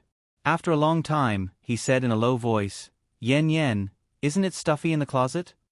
Yi Huanyan's expression stiffened. She slowly opened the closet and climbed out. "Father, come and sit." Gu Heng's expression was normal. He looked at her lovingly and patted the cushion beside him. She was stunned and moved over. The father and daughter sat side by side, leaning against the wall and looking at the empty room. "When did you know I was in here?" "When I opened the closet. I knew as soon as I came in." Gu Heng's voice was very low, as if he had experienced many vicissitudes of life. "So powerful? I don't believe it. A Bao must have told you at the door." Gu Ming did not explain. He wiped the sword with a cloth. "Why aren't you saying anything? Are you blaming me for hurting him?" Yi Huanyan quickly shook her head. "I know you have already been merciful. If he had used all his strength, if he had not deliberately left some leeway in his hand, he would have been injured or killed. How could there be a compromise of only 2 drops of blood? It is said that it is easier to calm down when one is old. Your mother and I are getting angrier as we live. In the past few years, we have been arguing more than before. The older we are, the worse we are." "I'm sorry, Dad." Yi Huanyan was a little upset. "If it weren't for my mother, she wouldn't always quarrel with you." She knew that Wen Yi had a bad temper, but she was not an unreasonable person. All these years, most of the reasons for quarreling with Gu Heng were because of her. When she was wandering outside, she blamed him for not coming to Huxian County earlier. When she came back, she blamed him for not bringing her back earlier, causing her to change beyond recognition. "It's not your fault, Yen Yen. After you came back, although your mother and I still quarreled, it didn't end in silence. Those years when you weren't back, I really couldn't do anything." In those years, she had a daughter who was as old as Yi Huanyan. She had brought her to the villa in the hope that she could make up for Wen Yi. However, as time went by, Gu Duo grew up, and Wen Yi felt sad. She always thought that somewhere overseas, her daughter should be around the same age. It was time for her to go to school, right? Was she studying? Was she bullied? Was she hungry? So, Yen Yen, your return is the greatest comfort to me and your mother in this life. Every year on your birthday, your mother would make a wish for you, hoping that you would come back earlier. She said that it was her only wish in life, but people are always greedy. Gu Heng sighed. His brows were dyed with the vicissitudes of life and helplessness. After you came back, we would think that it would be great if you could be healthy and happy. How could you come back covered in wounds? Dad, aren't I fine? But you still suffered for 5 years. It's all in the past. You and my mother have to relax. I'm already much happier than the average person. I can be with the person I like, Naneo, and you guys. I'm very satisfied. Yes, one should be satisfied. After you get married, you still have to come back often to see me and your mother. Dad, you agreed. Yi Huanyan was at a loss. Gu Heng's attitude was so strong. In the past few days since Ling Han came, he had been treating him like air. Today, it was rare for him to speak, so he stabbed him. It didn't seem like he agreed. Gu Heng seemed to have thought of something, and a trace of warmth appeared in her eyes. She didn't answer Yi Huanyan's question directly. Nian should have told you about what happened between me and your mother. After all, I'm not in a position to blame Ling Han. We all have our ridiculous times when we were young. Yi Huanyan shifted the cushion and leaned on Gu Heng's shoulder. She smiled. My brother said that back then, you ran away after seducing my mother. My mother carried my brother and chased you across the Atlantic Ocean. After running through more than 10 countries, she finally caught you and forced you to take responsibility. When Gu Heng was young, he was a playboy. When he saw a girl, he couldn't help but go up to her. In addition, he became famous at a young age. He was a legend, so he had many admirers. He had many women around him. It was easy to say, but if you put yourself in Wen Yi's shoes, it was actually very torturous. It was rare for her to have a chance to be alone with her father.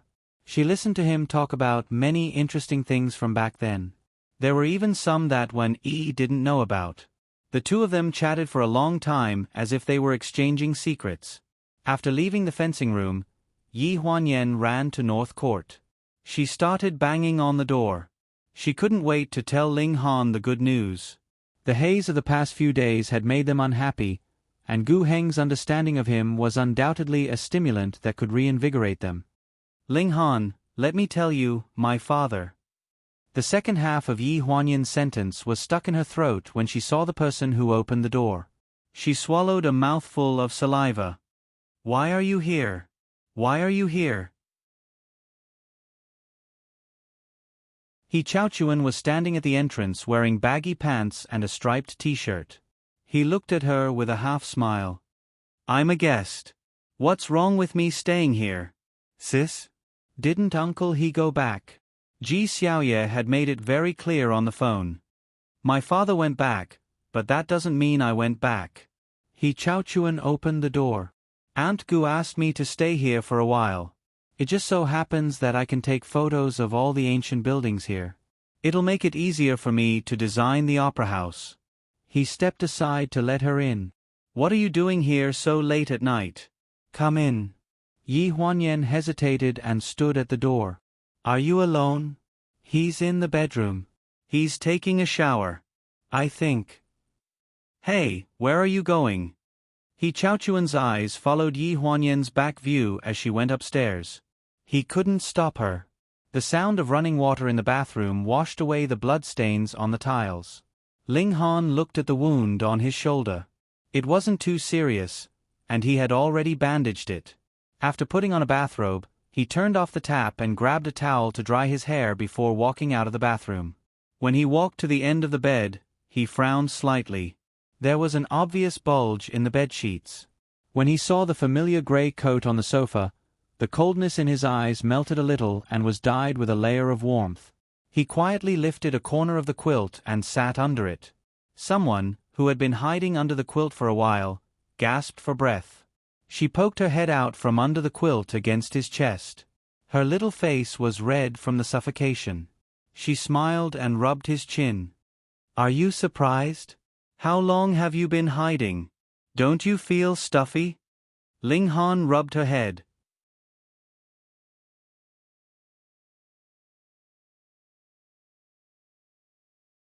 Chapter 423. Yi Huanyan sighed. I was so bored. Why did you take so long to come out? Ling Han pulled the blanket down on her head and wrapped his arms around her waist. He looked at her in the same position. Yes, it's my fault for coming out too slowly. His doting tone was mesmerizing. Yi Huanyan blushed and muttered, Why are you so gentle now? Don't you like it? I like it. I like you no matter how you are. She placed her hands on his shoulders and kissed him on the lips. His eyebrows suddenly trembled and his face paled. Did I touch your wound? Yi Huanyan quickly raised her hand and pulled open the collar of the bathrobe beside his neck. As expected, she touched the wound on his shoulder. At this moment, some blood oozed out. She was so frightened that her expression changed. I'll get you a first aid kit. Ling Han held her waist tightly and asked hesitantly, How did you know I was injured? Yi Huanyan was slightly stunned and stammered, That. I heard everything. Heard what? What you said to my dad in the fencing room. She blushed and whispered, Aren't you stupid? What if my dad really stabbed you? You didn't know how to dodge it. Ling Han was silent for a few seconds. If I had dodged that stab, I'm afraid I won't be able to see you again. If he didn't let his future father-in-law vent his anger, he was afraid that his relationship with Yi Huanyan would never be acknowledged. Yi Huanyan's heart was filled with warmth. She took a deep breath and said, It's okay. I have good news for you. My dad has agreed to our relationship. Really? Ling Han's eyes flashed with astonishment. When he left, Gu Heng still looked indifferent to him. He was still nervous and thought that he would have to be stabbed at least 10 more times to vent his anger. "You're not lying to me, right?" "Why would I lie to you?" Yi Huanyan pouted. "Did I climb into your bed in the middle of the night just to lie to you? What's more, you're already injured. What can my dad do?" "You're really good at playing the trick of injuring yourself to gain my confidence." Ling Han came back to his senses as a faint smile appeared in his eyes. "Shouldn't we celebrate? Tell me, what reward do you want?" Yi Huanyan put her arms around his neck. Her eyes were shining with golden light. "You are the best reward I can give you." "Really?"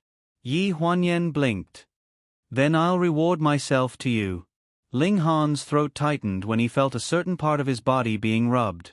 His voice also became a little hoarse. "What are you doing?" Yi Huanyan had already slid under the blanket again. She retreated under him and crawled on top of him. Her hands slid under the edge of his bathrobe. Ling Han didn't know whether to laugh or cry as he lowered his head. He only saw a bulge under the grayish-blue blanket that was undulating like a wave. He wanted to stop her, but he couldn't help but pat her through the blanket. Yen. Before he finished speaking, a certain part of his body was eroded by a feeling of rubbing.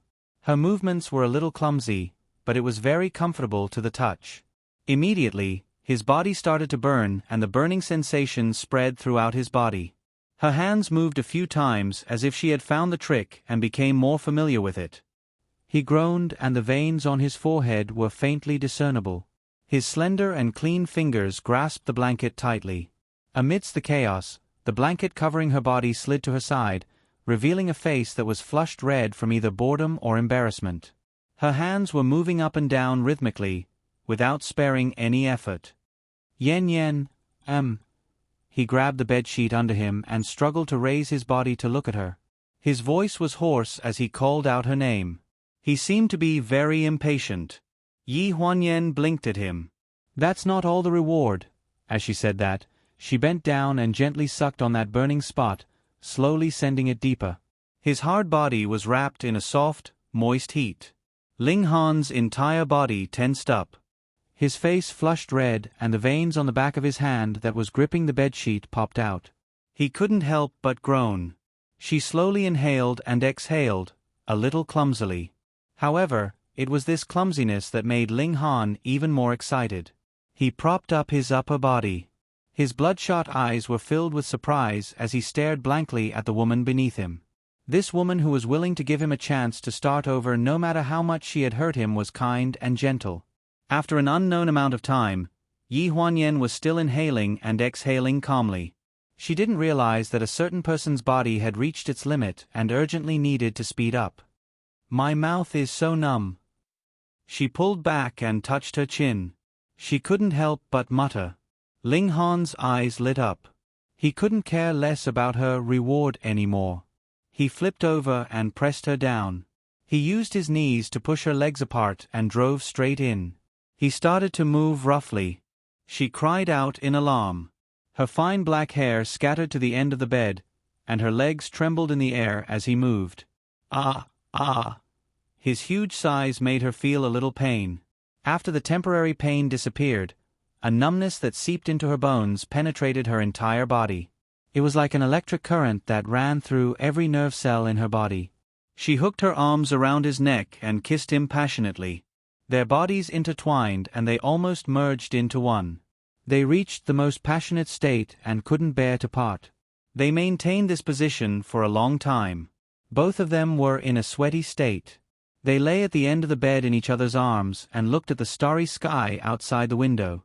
Her hair stuck to her cheeks. It was a little sticky, but she didn't want to move. She just wanted to nestle in his arms like this. It would be good to spend the rest of her life like this. "Where are we going for our honeymoon after the wedding?" My brother and Xiao Yu were only halfway through their world trip when they were caught to prepare for the wedding. If we really want to hold our wedding, we'll probably have to wait until the middle of next year. Then let's go for our honeymoon before the wedding.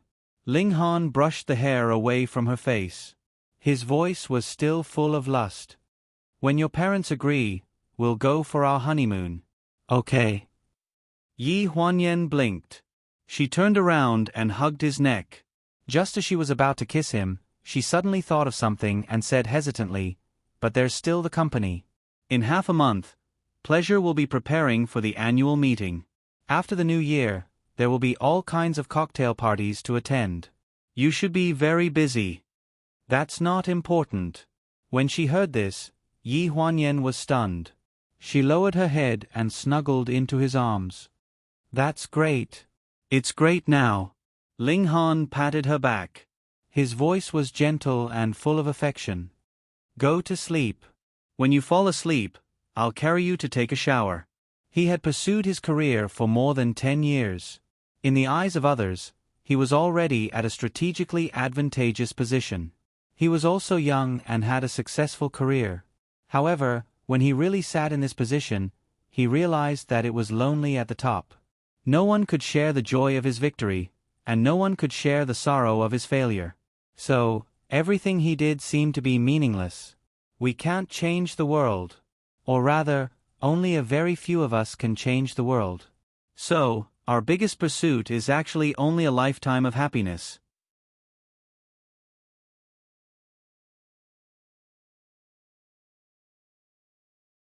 Chapter 424. With Gu Hang as her shield, Yi Huanyan should have been able to enter and leave Bay Garden freely. However, He Chaochuan was also living in Bay Garden. Yi Huanyan was so excited to tell Ling Han the good news that she forgot that there was a third wheel in the house as soon as she entered the room. "Xiaochuan, did you sleep well last night?" At the breakfast table, Wan Yi looked at He Chaochuan lovingly. He Chaochuan slowly drank his porridge. "Not bad. It was a little noisy next door last night, so I didn't fall asleep until dawn." Yi Huanyan suddenly coughed and choked on the milk. "Next door." Wan Yi frowned and glanced at Ling Han strangely. "What were you doing last night? Why didn't you sleep?" Ling Han lowered his head awkwardly, as if he was thinking of a response. "I was snoring. I could hear Brother Ling Han's snoring through the wall. Oh my God, it was so loud." He Chaochuan looked at Ling Han and Yi Huanyan faintly. "It seems that I'll have to sleep in another room tonight."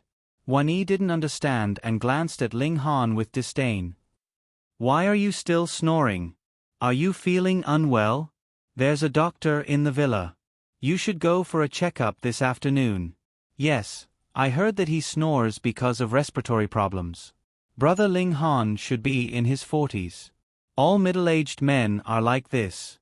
Yi Huanyan anxiously said, "He's just too tired these past 2 days. You always make him do manual labor like mining or fishing. How can he not snore?" With that said, she glared at Yi Chaochuan, but he didn't care and stuck his tongue out at her and made a funny face.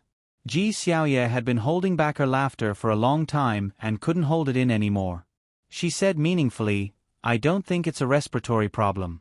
He's just too tired during the day and at night." Yi Huanyan couldn't even take care of herself, but someone was adding insult to injury. She looked at Ji Xiaoye. "Xiaoyu, my brother seems to be very busy with work these past 2 days. He's been in the study in the middle of the night. If this goes on, his body can't take it." Ji Xiaoye's face paled. Sure enough, the topic was directed to her. Wan Yi anxiously asked, "What work?" "Nian. Didn't you give your job to Gu Lu? Your most important task now is to quickly give birth to a chubby granddaughter for me with Xiao Yu." "Chubby granddaughter?" Yi Huanyan looked meaningfully at Ji Xiaoye and smiled. "Good luck." "Who asked you to add insult to injury?" Almost everyone in the villa knew about the argument between Gu Xinian and Ji Xiaoye, but no one dared to tell Wan Yi. She had been looking forward to seeing a granddaughter every day. If she knew that the two of them were sleeping in separate beds, it would be terrible. During breakfast, she listened to Wan Yi nagging Gu Xinian to hurry up and give birth to a child. Ji Xiaoye finally finished eating and came out of the East Court. She let out a long sigh. "Your mother nags much more than my mother. Please be considerate. My mother is an old lady in her 60s. It's one thing for her to take good care of herself, but it's also true that she's old. It's all because of you. Ji Xiaoye glared at her. It's just the two of us. We're just two unlucky people now. Let's not criticize each other, okay? That's true. Ji Xiaoye agreed with the term unlucky people. She patted Yi Huanyan's arm and pouted at the young man who was holding a DSLR camera in the distance. Since we're both unlucky people, then this can only be considered a romantic calamity, right? Yi Huanyan waved the text message in front of her. A temporary measure in exchange for conditions. This young man is very scheming. Ji Xiaoye clicked her tongue when she saw the content of the text message. The content of the text message was concise and clear. She received it at the dining table. She didn't even have time to prepare before being threatened. Sister, promise to accompany me to the villa, and I'll save your ex-husband from manual labor.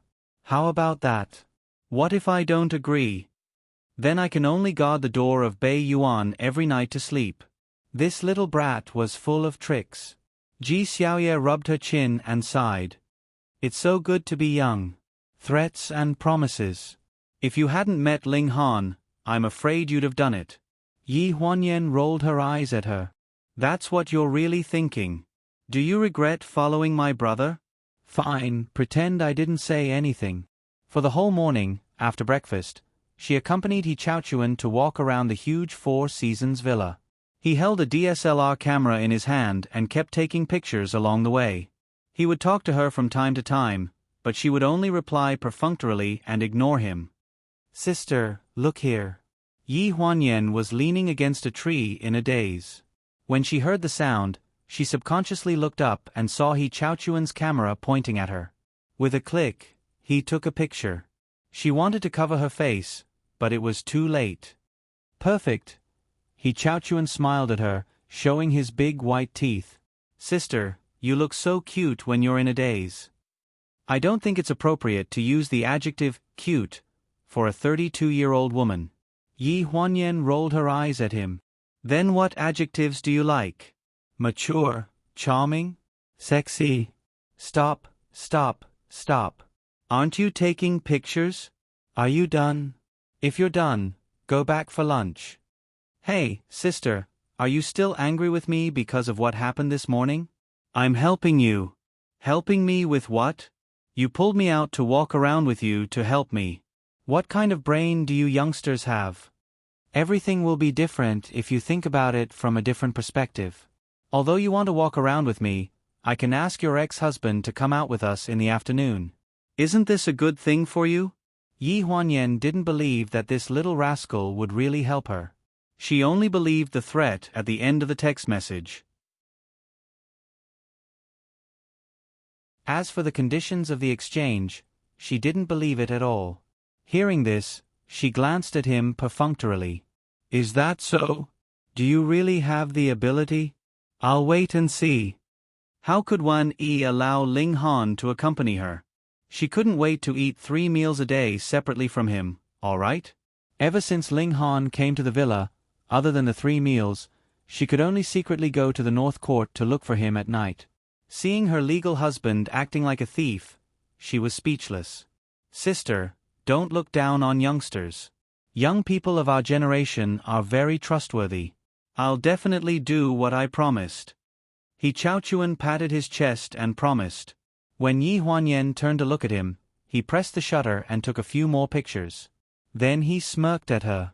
This one looks good too. Yi Huanyan was so angry that she wanted to smash his stupid camera. During lunch, He Chaochuan really kept his promise. He requested that Ling Han help him carry the tripod and asked Wan Yi to lend him. Wan Yi originally wanted to give him a servant or Gu Min to help, but he refused. I heard that brother Ling Han won a photography competition before. He should be very knowledgeable about these things and can give me a lot of advice. He Chaochuan acted spoiled to Wan Yi. Aunt Gu, can you lend me for a while? Do you feel bad for your son-in-law? I'm your eldest nephew.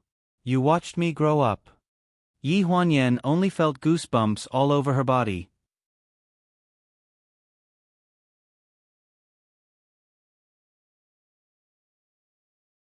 Chapter 425.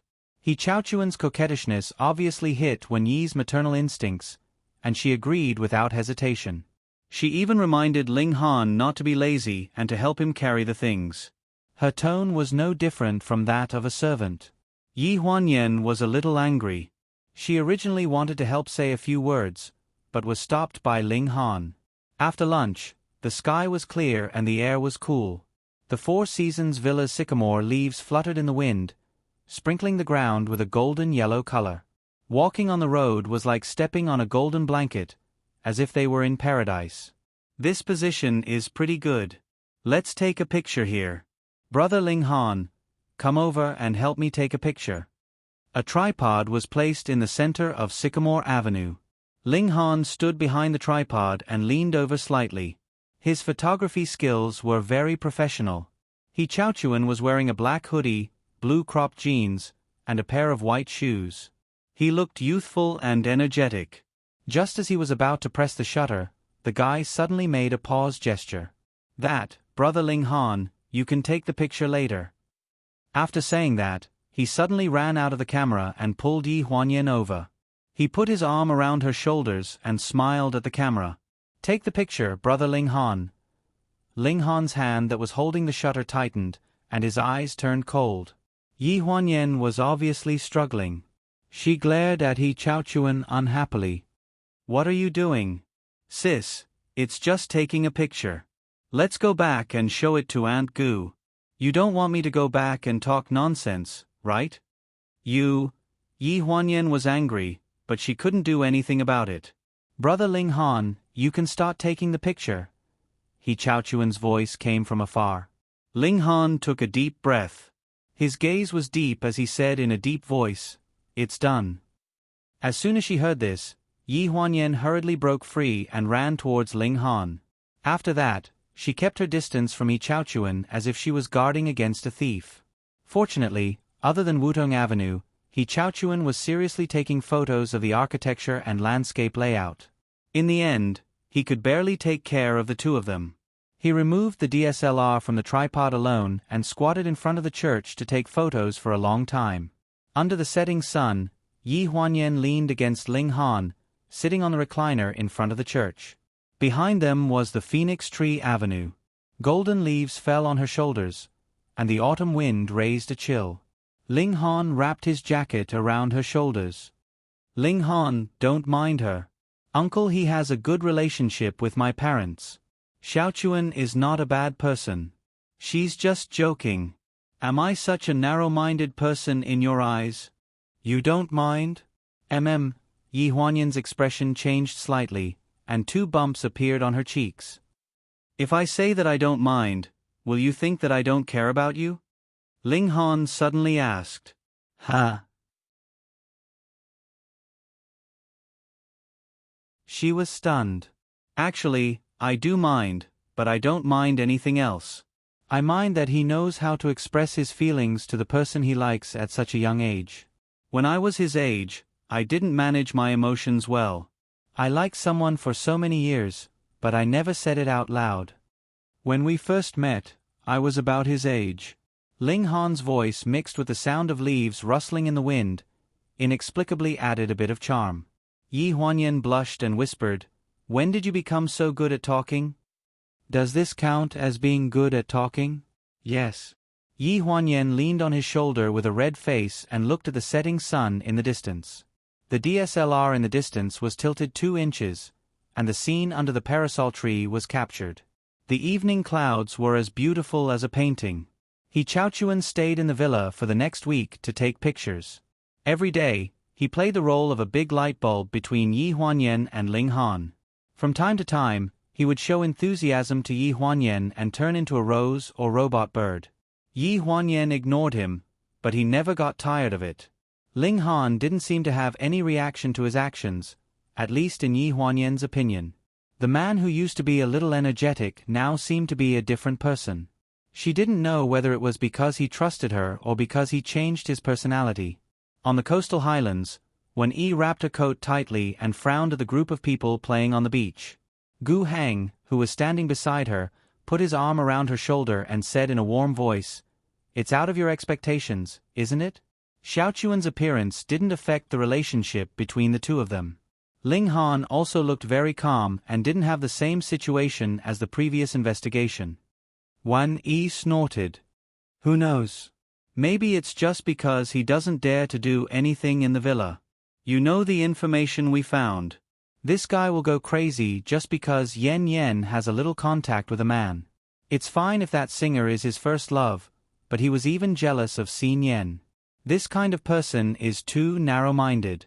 So you admit that you deliberately arranged for Xiaochuan to be around Yen Yen just to stimulate Ling Han? Kind of, but it's not just that. Wan Yi raised her eyebrows. Maybe Yen Yen really likes Xiaochuan. I like this child. Although she's young, she's responsible and has a good temper.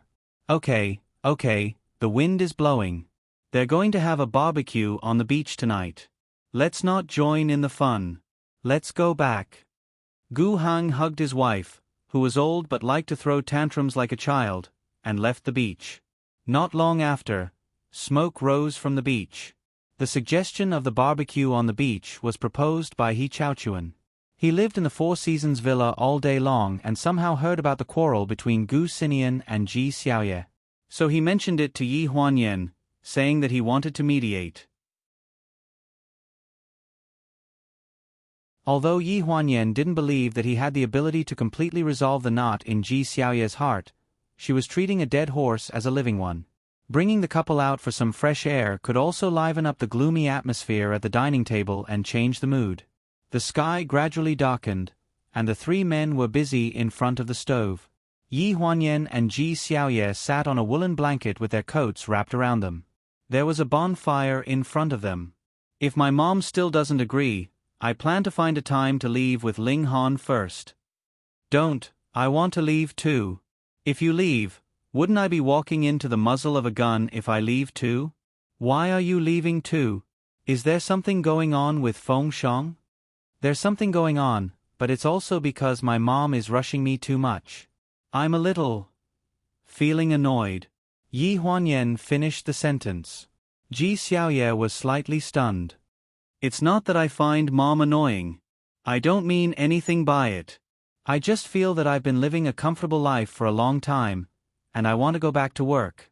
I haven't reconciled with my brother yet. Yi Huanyan saw through her thoughts.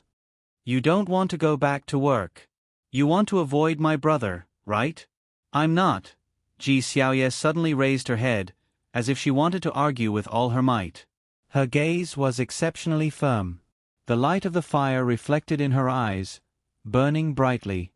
Then let me ask you, if you knew that my brother and Fu Yingxiang had such a past before you married him, would you still agree to him?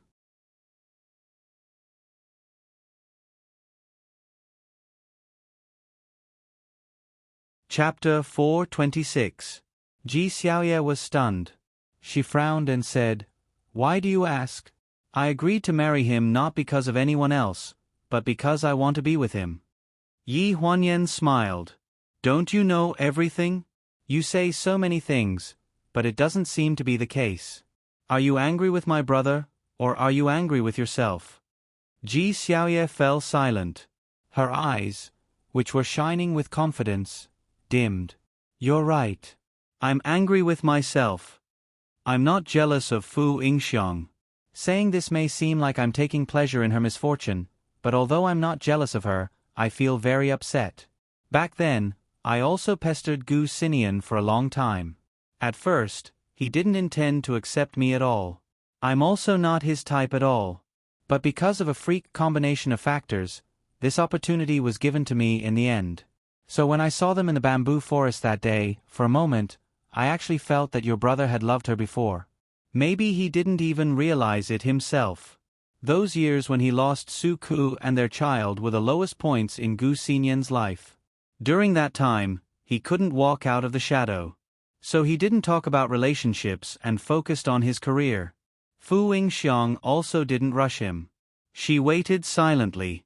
But when enough time passed, she didn't have the time to be the first to appear in front of him. I beat you to it. I don't know if it's because I'm lucky or because Fu Yingxiang is too unlucky. When Gu Xinian walked out of the past, I happened to be by his side. So the person who appeared in the end was me and not her.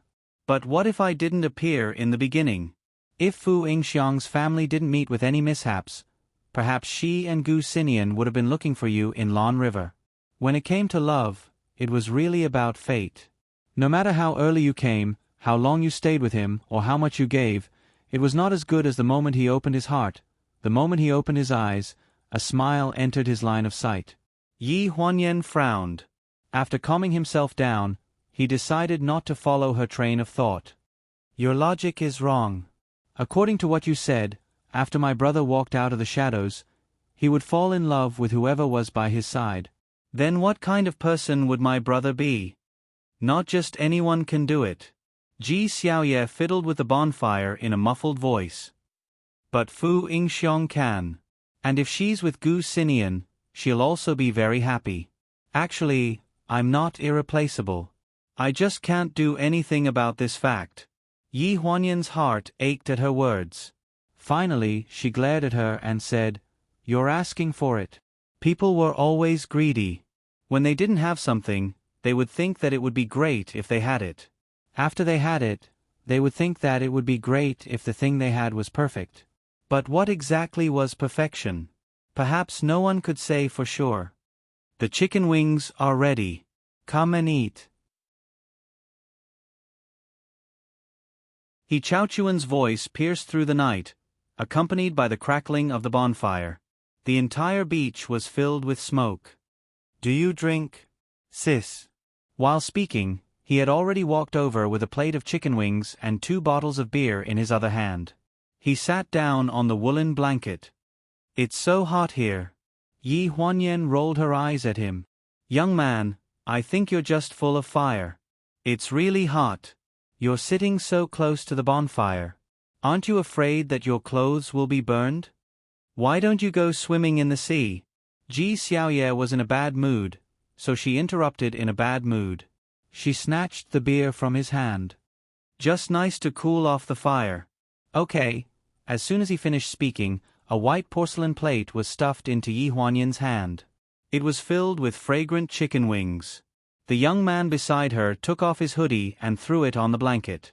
He shouted in the direction of the barbecue, Brother Xinian, Brother Ling Han, the sisters want to watch the winter swimming competition. Do you want to participate? When He Chaochuan took off his clothes, Ling Han had already dropped the barbecue in his hand and was walking over. When he heard this, he paused and looked at Yi Huanyan inquisitively. Before Yi Huanyan could speak, Ji Xiaoye downed half a bottle of beer and shouted in a delirious state, Young man, they're old. They're not as hot as you. Go, the sisters will watch you swim. He Chaochuan laughed heartily and ran towards the waves. As he ran, he threw away his sneakers and jeans along the way. In the end, he only wore a pair of boxers and plunged into the sea. Yi Huanyan was laughing when she suddenly saw a familiar figure walking into the sea. When she focused, her face slightly stiffened. Xiaoyu, what you just said might have triggered my brother. Gu Xinian was striding towards the waves. His slender fingers unbuttoned the bow tie on his shirt. After unbuttoning all the buttons, he threw the shirt on the beach. He threw away his suit pants and belt, then followed He Chaochuan's figure into the waves. Ji Xiaoye was slightly stunned. She tightened her grip on the beer bottle and her eyes were fixed on the sea. Yi Huanyan had a smile in her eyes. She looked back at the figure not far from her. Ling Han, don't go. He Chaochuan has too much energy and my brother is sulking. Let's not join in the fun and let them play by themselves. Ling Han nodded. Yi Huanyan finally relaxed and turned to watch the fun. Suddenly, she clapped her hands and shouted, Oh my God, the young are indeed different. Did you see that? Xiaochuan seems to have turned around. Xiaochuan, you can do it. As soon as she finished speaking, a figure beside her also walked towards the sea. She couldn't call them back. Yi Huanyan was pulled back onto the blanket by Ji Xiaoye. You're still talking about me. Didn't you provoke someone? What did I say wrong? Didn't I just cheer them on? Ji Xiaoye pursed her lips. Sometimes, a man's heart is as small as a needle's eye. Your brother's desire to win is abnormally strong. You think my brother's desire to win is not strong? Yi Huanyan pursed her lips. You're still watching the fun? Just wait and see. Tonight, they won't come back until they've done 800 rounds. He Chaochuan was really full of energy.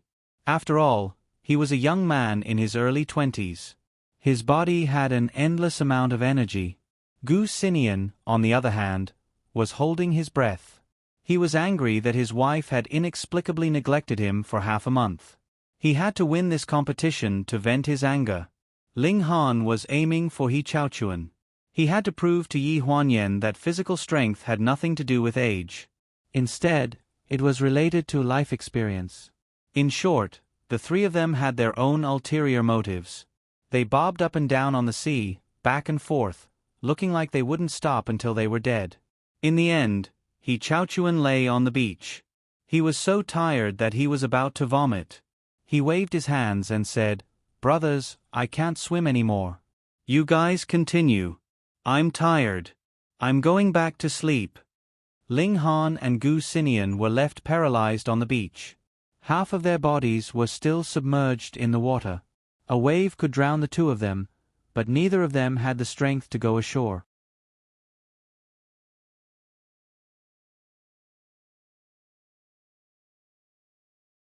Chapter 427. Yi Huanyan and Ji Xiaoye worked together to first drag Gu Xinian to the bonfire, and then they worked together to drag Ling Han up. The two men, who were almost 1.9 meters tall, lay side by side on the woolen blanket like corpses. They grabbed the beer bottles beside them and drank. The two women standing at the side were stunned. At this moment, they had become brothers in distress. "Hey, you two should go and grill some chicken wings. We haven't eaten yet, but you're already drinking." Yi Huanyan kicked Ling Han's calf and put her hands on her hips, showing a dissatisfied expression. Ling Han sat up and grabbed her arm, causing her to stumble and fall onto the blanket. He didn't care that there were two people around, and he went straight over and kissed her on the lips. The malty taste of the beer filled his mouth. Yi Huanyan blushed and pushed him down coquettishly. "You've drunk too much." Ling Han rested his head on his arm and looked at her with a silly smile. He laughed until she lost her temper. Gu Xinian watched from the side and his eyes were hot. He glanced at his wife. Ji Xiaoye didn't notice his gaze at all. She looked at the barbecue and said, "Why don't I go and grill the chicken wings?" Gu Xinian took a deep breath, and his eyes dimmed. He got up and brushed off the sand on his body. His voice was low and hoarse. "I'll go. You two stay here." He picked up his clothes as he walked and put them on one by one. The expensive suit was crumpled from being thrown on the beach, and now he looked decadent when he put it on, like a destitute rich man. Yi Huanyan urged Ling Han to help, and the beach returned to its previous warmth. "After tonight, will the knot in your heart be untied?" Yi Huanyan asked. "Maybe." Suddenly, a high-pitched and sharp sound came from the distant sky. A beam of fire rushed into the night sky and exploded into colorful lights. "It's fireworks," Yi Huanyan exclaimed. "Who's setting off fireworks over there?" Ji Xiaoye was stunned for a moment before she stood up. One after another, the fireworks shot up into the night sky, illuminating the entire sky as if it was daytime. Flowers bloomed one after another, dazzling and gorgeous. "Xiao Yu." Yi Huanyan tugged at Ji Xiaoye's sleeve, indicating for her to look back. Gu Xinian was still wearing his unkempt suit, his tie hanging loosely on his collar. He was holding a candy cake in the shape of a yellow kitten in his hand as he walked towards her. "Happy birthday, Xiao Yu." There was a chargeable candle in the middle of the cake. The design was realistic, and the flame was glowing brightly. Ji Xiaoye was a little confused. "Birthday? Is today my birthday?" She hadn't celebrated her birthday for many years. At first, she wasn't in the mood, but later, she didn't have the time. This was her first birthday since she and Gu Xinian got married. She subconsciously looked at Yi Huanyan, who was standing beside her. Yi Huanyan quickly waved her hand and looked sullen. "Don't ask me." I don't know either. I've been too busy recently, and I don't remember your birthday. Ji Xiaoye's eyes suddenly became wet. She choked and said, I haven't celebrated my birthday for many years. What are you doing? Gu Xinian held the cake and stood upright. From now on, I'll celebrate your birthday with you every year. Make a wish, Xiao Yu. Ji Xiaoye awkwardly turned her head away and wiped her tears. No, birthday wishes are all lies. Say it out loud. I'll definitely fulfill it for you. The fireworks were still blooming in the night sky. The candles on the birthday cake were slightly lit, illuminating their faces. They both looked warm. Gu Xinian, I want to give birth to a child for you. This was sincere and not forced by anyone. I want to give birth to a child for you to make up for all the regrets in your life. Okay. On the way back, Yi Huanyan asked Ling Han about the birthday cake and the fireworks. Chaochuan prepared it. He put it under the barbecue table early in the morning, and so did the fireworks. Yi Huanyan suddenly understood. I was wondering how an old-fashioned person like my brother could create something romantic. Ling Han put his arm around her shoulder, and a deep look appeared in his eyes. Late at night, the lights in the Four Seasons Villa's north court were still on. Ling Han knocked on the door of the guest room next door after taking a shower. He saw the suitcase on the floor. It was almost packed. You're leaving already? If I don't leave, will I be an eyesore to you? Chaochuan squatted beside the suitcase, brushing his teeth, and said vaguely, Don't think that I don't know you. You pretend to be generous, but in fact, you hate me. Oh. Ling Han crossed his arms, and the corners of his mouth curled up in a mocking smile. Chaochuan stuffed the toothbrush into his mouth and took out the DSLR from the suitcase. He waved it at Ling Han, then stood up and began to stomp his feet. His voice was even more vague, and it took him a long time to understand. I asked you to take photos of me and my sister. What did you take? It's either blurry or just me. It's the kind that's so ugly that it can be used as an expression pack. Ling Han frowned and stared at the toothpaste foam that he threw everywhere. He took 2 steps back in disgust. A good-looking person will never be ugly. Damn, don't push it. I haven't left yet. Maybe I'll stay for 10 days or half a month if I'm happy. Ling Han raised his eyebrows. Really? If you don't hurry back, the design of the opera house will fall into the hands of someone else. Chaochuan was stunned when he heard this. It took him a long time to come back to his senses. He pointed the toothbrush at Ling Han angrily. You plotted against me. You can say that I took drastic measures to deal with you. You despicable person. I'm going to tell Uncle Gu and Aunt Gu. Actually, if you really like Yen Yen so much, you wouldn't leave even if the design of the opera house fell into the hands of someone else, right? Ling Han stared at him expressionlessly. Chaochuan was still angry that he had been plotted against, so he turned a deaf ear to Ling Han's words. He stared at him with a livid expression. Do I know you that well? Why should I discuss my personal feelings with you? You graduated from Columbia University, majoring in architecture. Ling Han suddenly changed the topic. Chaochuan's expression changed slightly. He stared at him for a long time. You already know. When did this happen? Are you asking when I found out that you were Ling Zhan's roommate, or when I found out that Ling Zhan liked Yen Yen? When you were taking photos at the church, Ling Han had the exact same pin on your camera bag. It was a custom-made commemorative pin for your graduating class. As for Ling Zhan's feelings, I've known for many years. How can you be so sure that he still misses you? Everyone in our family is devoted. Even for Ling Dongming, he had only loved Jiang Mailan in his entire life. Chaochuan stared at him in a daze. Suddenly, he felt his mouth go numb. After a while, he rushed into the bathroom like a gust of wind and spat out the toothpaste foam.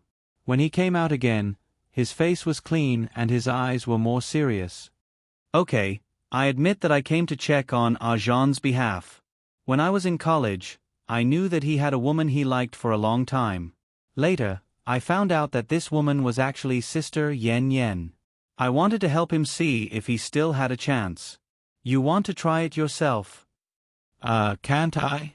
Childish. After saying this, Ling Han turned around and left resolutely. Hey, who are you calling childish? A stomping voice came from the room.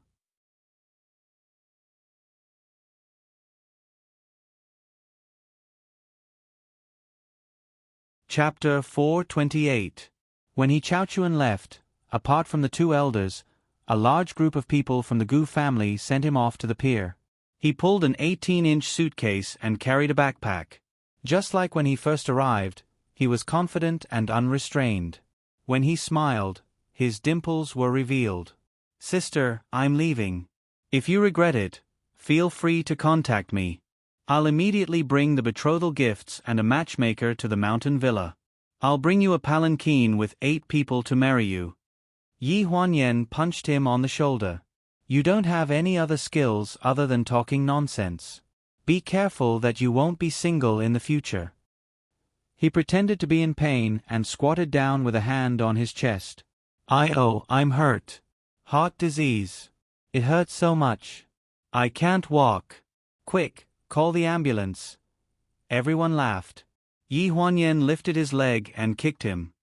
Little brat, did I hit your heart? It was the other side. Are you mentally retarded? You hit my body, but it hurts my heart. After the joke was over, He Chaochuan squatted down and did a fist bump with Naneo. Uncle Xiaochuan, the 9 consecutive rings are too simple. It's very boring. I've dismantled the robot bird, but it can only transform twice when assembled. What should I do? Let me see. Naneo placed the little robot bird, which was the size of a fingernail, in his palm and stared at it without blinking. The parts are worn out and there's a problem with the switch. You assembled it correctly. I'll bring you a better one next time. When is the next time? You adults are always so perfunctory. Oh, you know how to be perfunctory. He Chaochuan looked at the couple meaningfully. Looks like you've been perfunctory with our little young master all this time. Wait until your parents' wedding. I'll bring you a big robot bird as a toy. Naneo nodded in agreement. Ji Xiaoye and Gu Xinian had reconciled thanks to him, so the couple was very grateful to him. Gu Xinian didn't say anything, but Ji Xiaoye was a little reluctant to part with him. Don't be sad, Xiaochuan. It's not your fault that you like older people. You just didn't find the right person. I know a few friends who are a little older than Yen Yen. I'll introduce them to you someday. He Chaochuan's face paled. Don't, I'm just kidding. I'm leaving, the ship is here. Hey, keep in touch. My sisters are crying piteously for food after their divorce. He Chaochuan didn't even look back as he pulled his suitcase and jumped onto the ship like a gust of wind. He waved his hand and disappeared into the fog on the sea. During dinner, Yi Huanyan tactfully mentioned that she was preparing to return to China. Why are you in such a hurry to leave? How many days have you been back? The movie is almost done editing. I have to go back and take a look at it. If there are any problems, I have to quickly change it. I still have to leave some time to submit it for review and set the file. Can't Gucci do these things? Wan Yi was a little unwilling to give up. It's fine if you're shooting the movie yourself, but it's already done. These small things can be left to Gu Qi to handle. Mom. Yi Huanyan was a little helpless and secretly glanced at Gu Hang. Gu Hang coughed dryly and said in a deep voice, "Why are you stopping our daughter from doing what she wants to do? Being a director and screenwriter is her career. Look at you. Aren't you busy mining and looking for raw materials for gems all these years? I'm not stopping you." Wan Yi pursed her lips and knew that she was in the wrong. She muttered, "But I'm still mining in my own villa. It's not 108,000 miles away from home. Mom, if you miss me, I can fly back at any time. Why do you say it as if I won't come back for a year?" Ji Xiaoye also tried to persuade Wan Yi. Only then did her expression soften a little. Then Ling Han can stay. Yi Huanyan's heart skipped a beat when she heard this. She looked at her mother in disbelief. On the contrary, Gu Xinian looked like he understood everything. It was as if he already knew his mother's character like the back of his hand. Why would he stay? To help me mine? And to fish. Wan Yi's expression was matter of fact. Yi Huanyan exclaimed, "There are so many gems in Zhanbao Pavilion. Yesterday, our Ben in the kitchen told me that there was enough fish to eat for a week." "Mom, what are you trying to do?" Wan Yi raised her eyebrows. "Good gems are 1 in a million. The gems in Zhanbao Pavilion are very ordinary. Don't you want me to personally make the jewelry for your wedding? It's 1 in a million and one of a kind?" Yi Huanyan wanted to refute, but Ji Xiaoye beat her to it. "Mom, do you mean that you agree to Ling Han and Yan Yan's wedding?" Yi Huanyan finally came back to her senses. She turned her head and pondered Wan Yi's words. She looked at her with an inquisitive expression.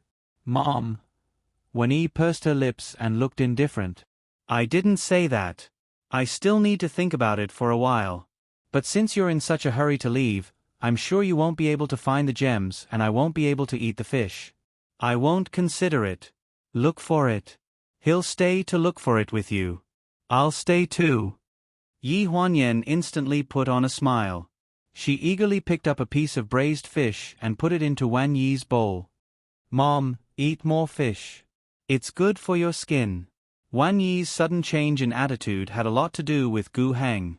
It was common sense that the conversation between peers would be more valued and understood by the other party. Therefore, no matter how much Yi Huanyan said, it was not as good as her father's help. After that day, Yi Huanyan never mentioned that she wanted Ling Han to rest. She couldn't wait for Ling Han to help find the gems that Wan Yi wanted in the mine as soon as possible. She also couldn't wait for Ling Han to pile up a mountain of fish that Ling Han went out to see. It would be best if he could fill up the entire freezer of the Four Seasons villa so that Wan Yi could eat to her heart's content. With Gu Heng's tacit approval, although Ling Han still lived in North Court, Yi Huanyan began to go in and out casually. She rarely returned to her own place and stayed in North Court every night. Late at night, in the study of East Court, Gu Heng was practicing calligraphy. She had just written a word and her handwriting was very natural and unrestrained. Wan Yi came in with a bowl of soup and placed it on the coffee table. "The kitchen has made tremella soup. Drink some." Gu Heng put down the writing brush and looked up. "You're in a good mood these days." Wan Yi smiled. "You've seen through me. My 7th brother sent me a ruby 2 days ago. I plan to use it to make Yan Yan's jewelry. I tell you, there won't be a more suitable gem than this. I can start work in a while." Gu Heng walked to the coffee table and sat down. She took the tremella soup and pretended to ask casually, "Yan Yan's jewelry? For the wedding? Of course, I should be able to finish it in half a year. I haven't exercised for a long time and my hands are rusty." Hearing this, Gu Heng glanced at her.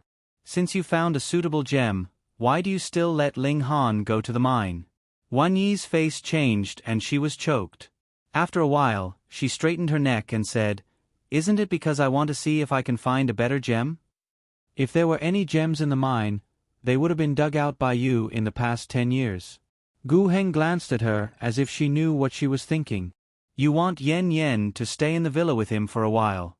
In fact, you can tell me directly. Do you think I won't agree?" That you're tuning in to the Narrate and Escape YouTube channel. Don't forget to subscribe and join us on this journey to catch the most captivating stories.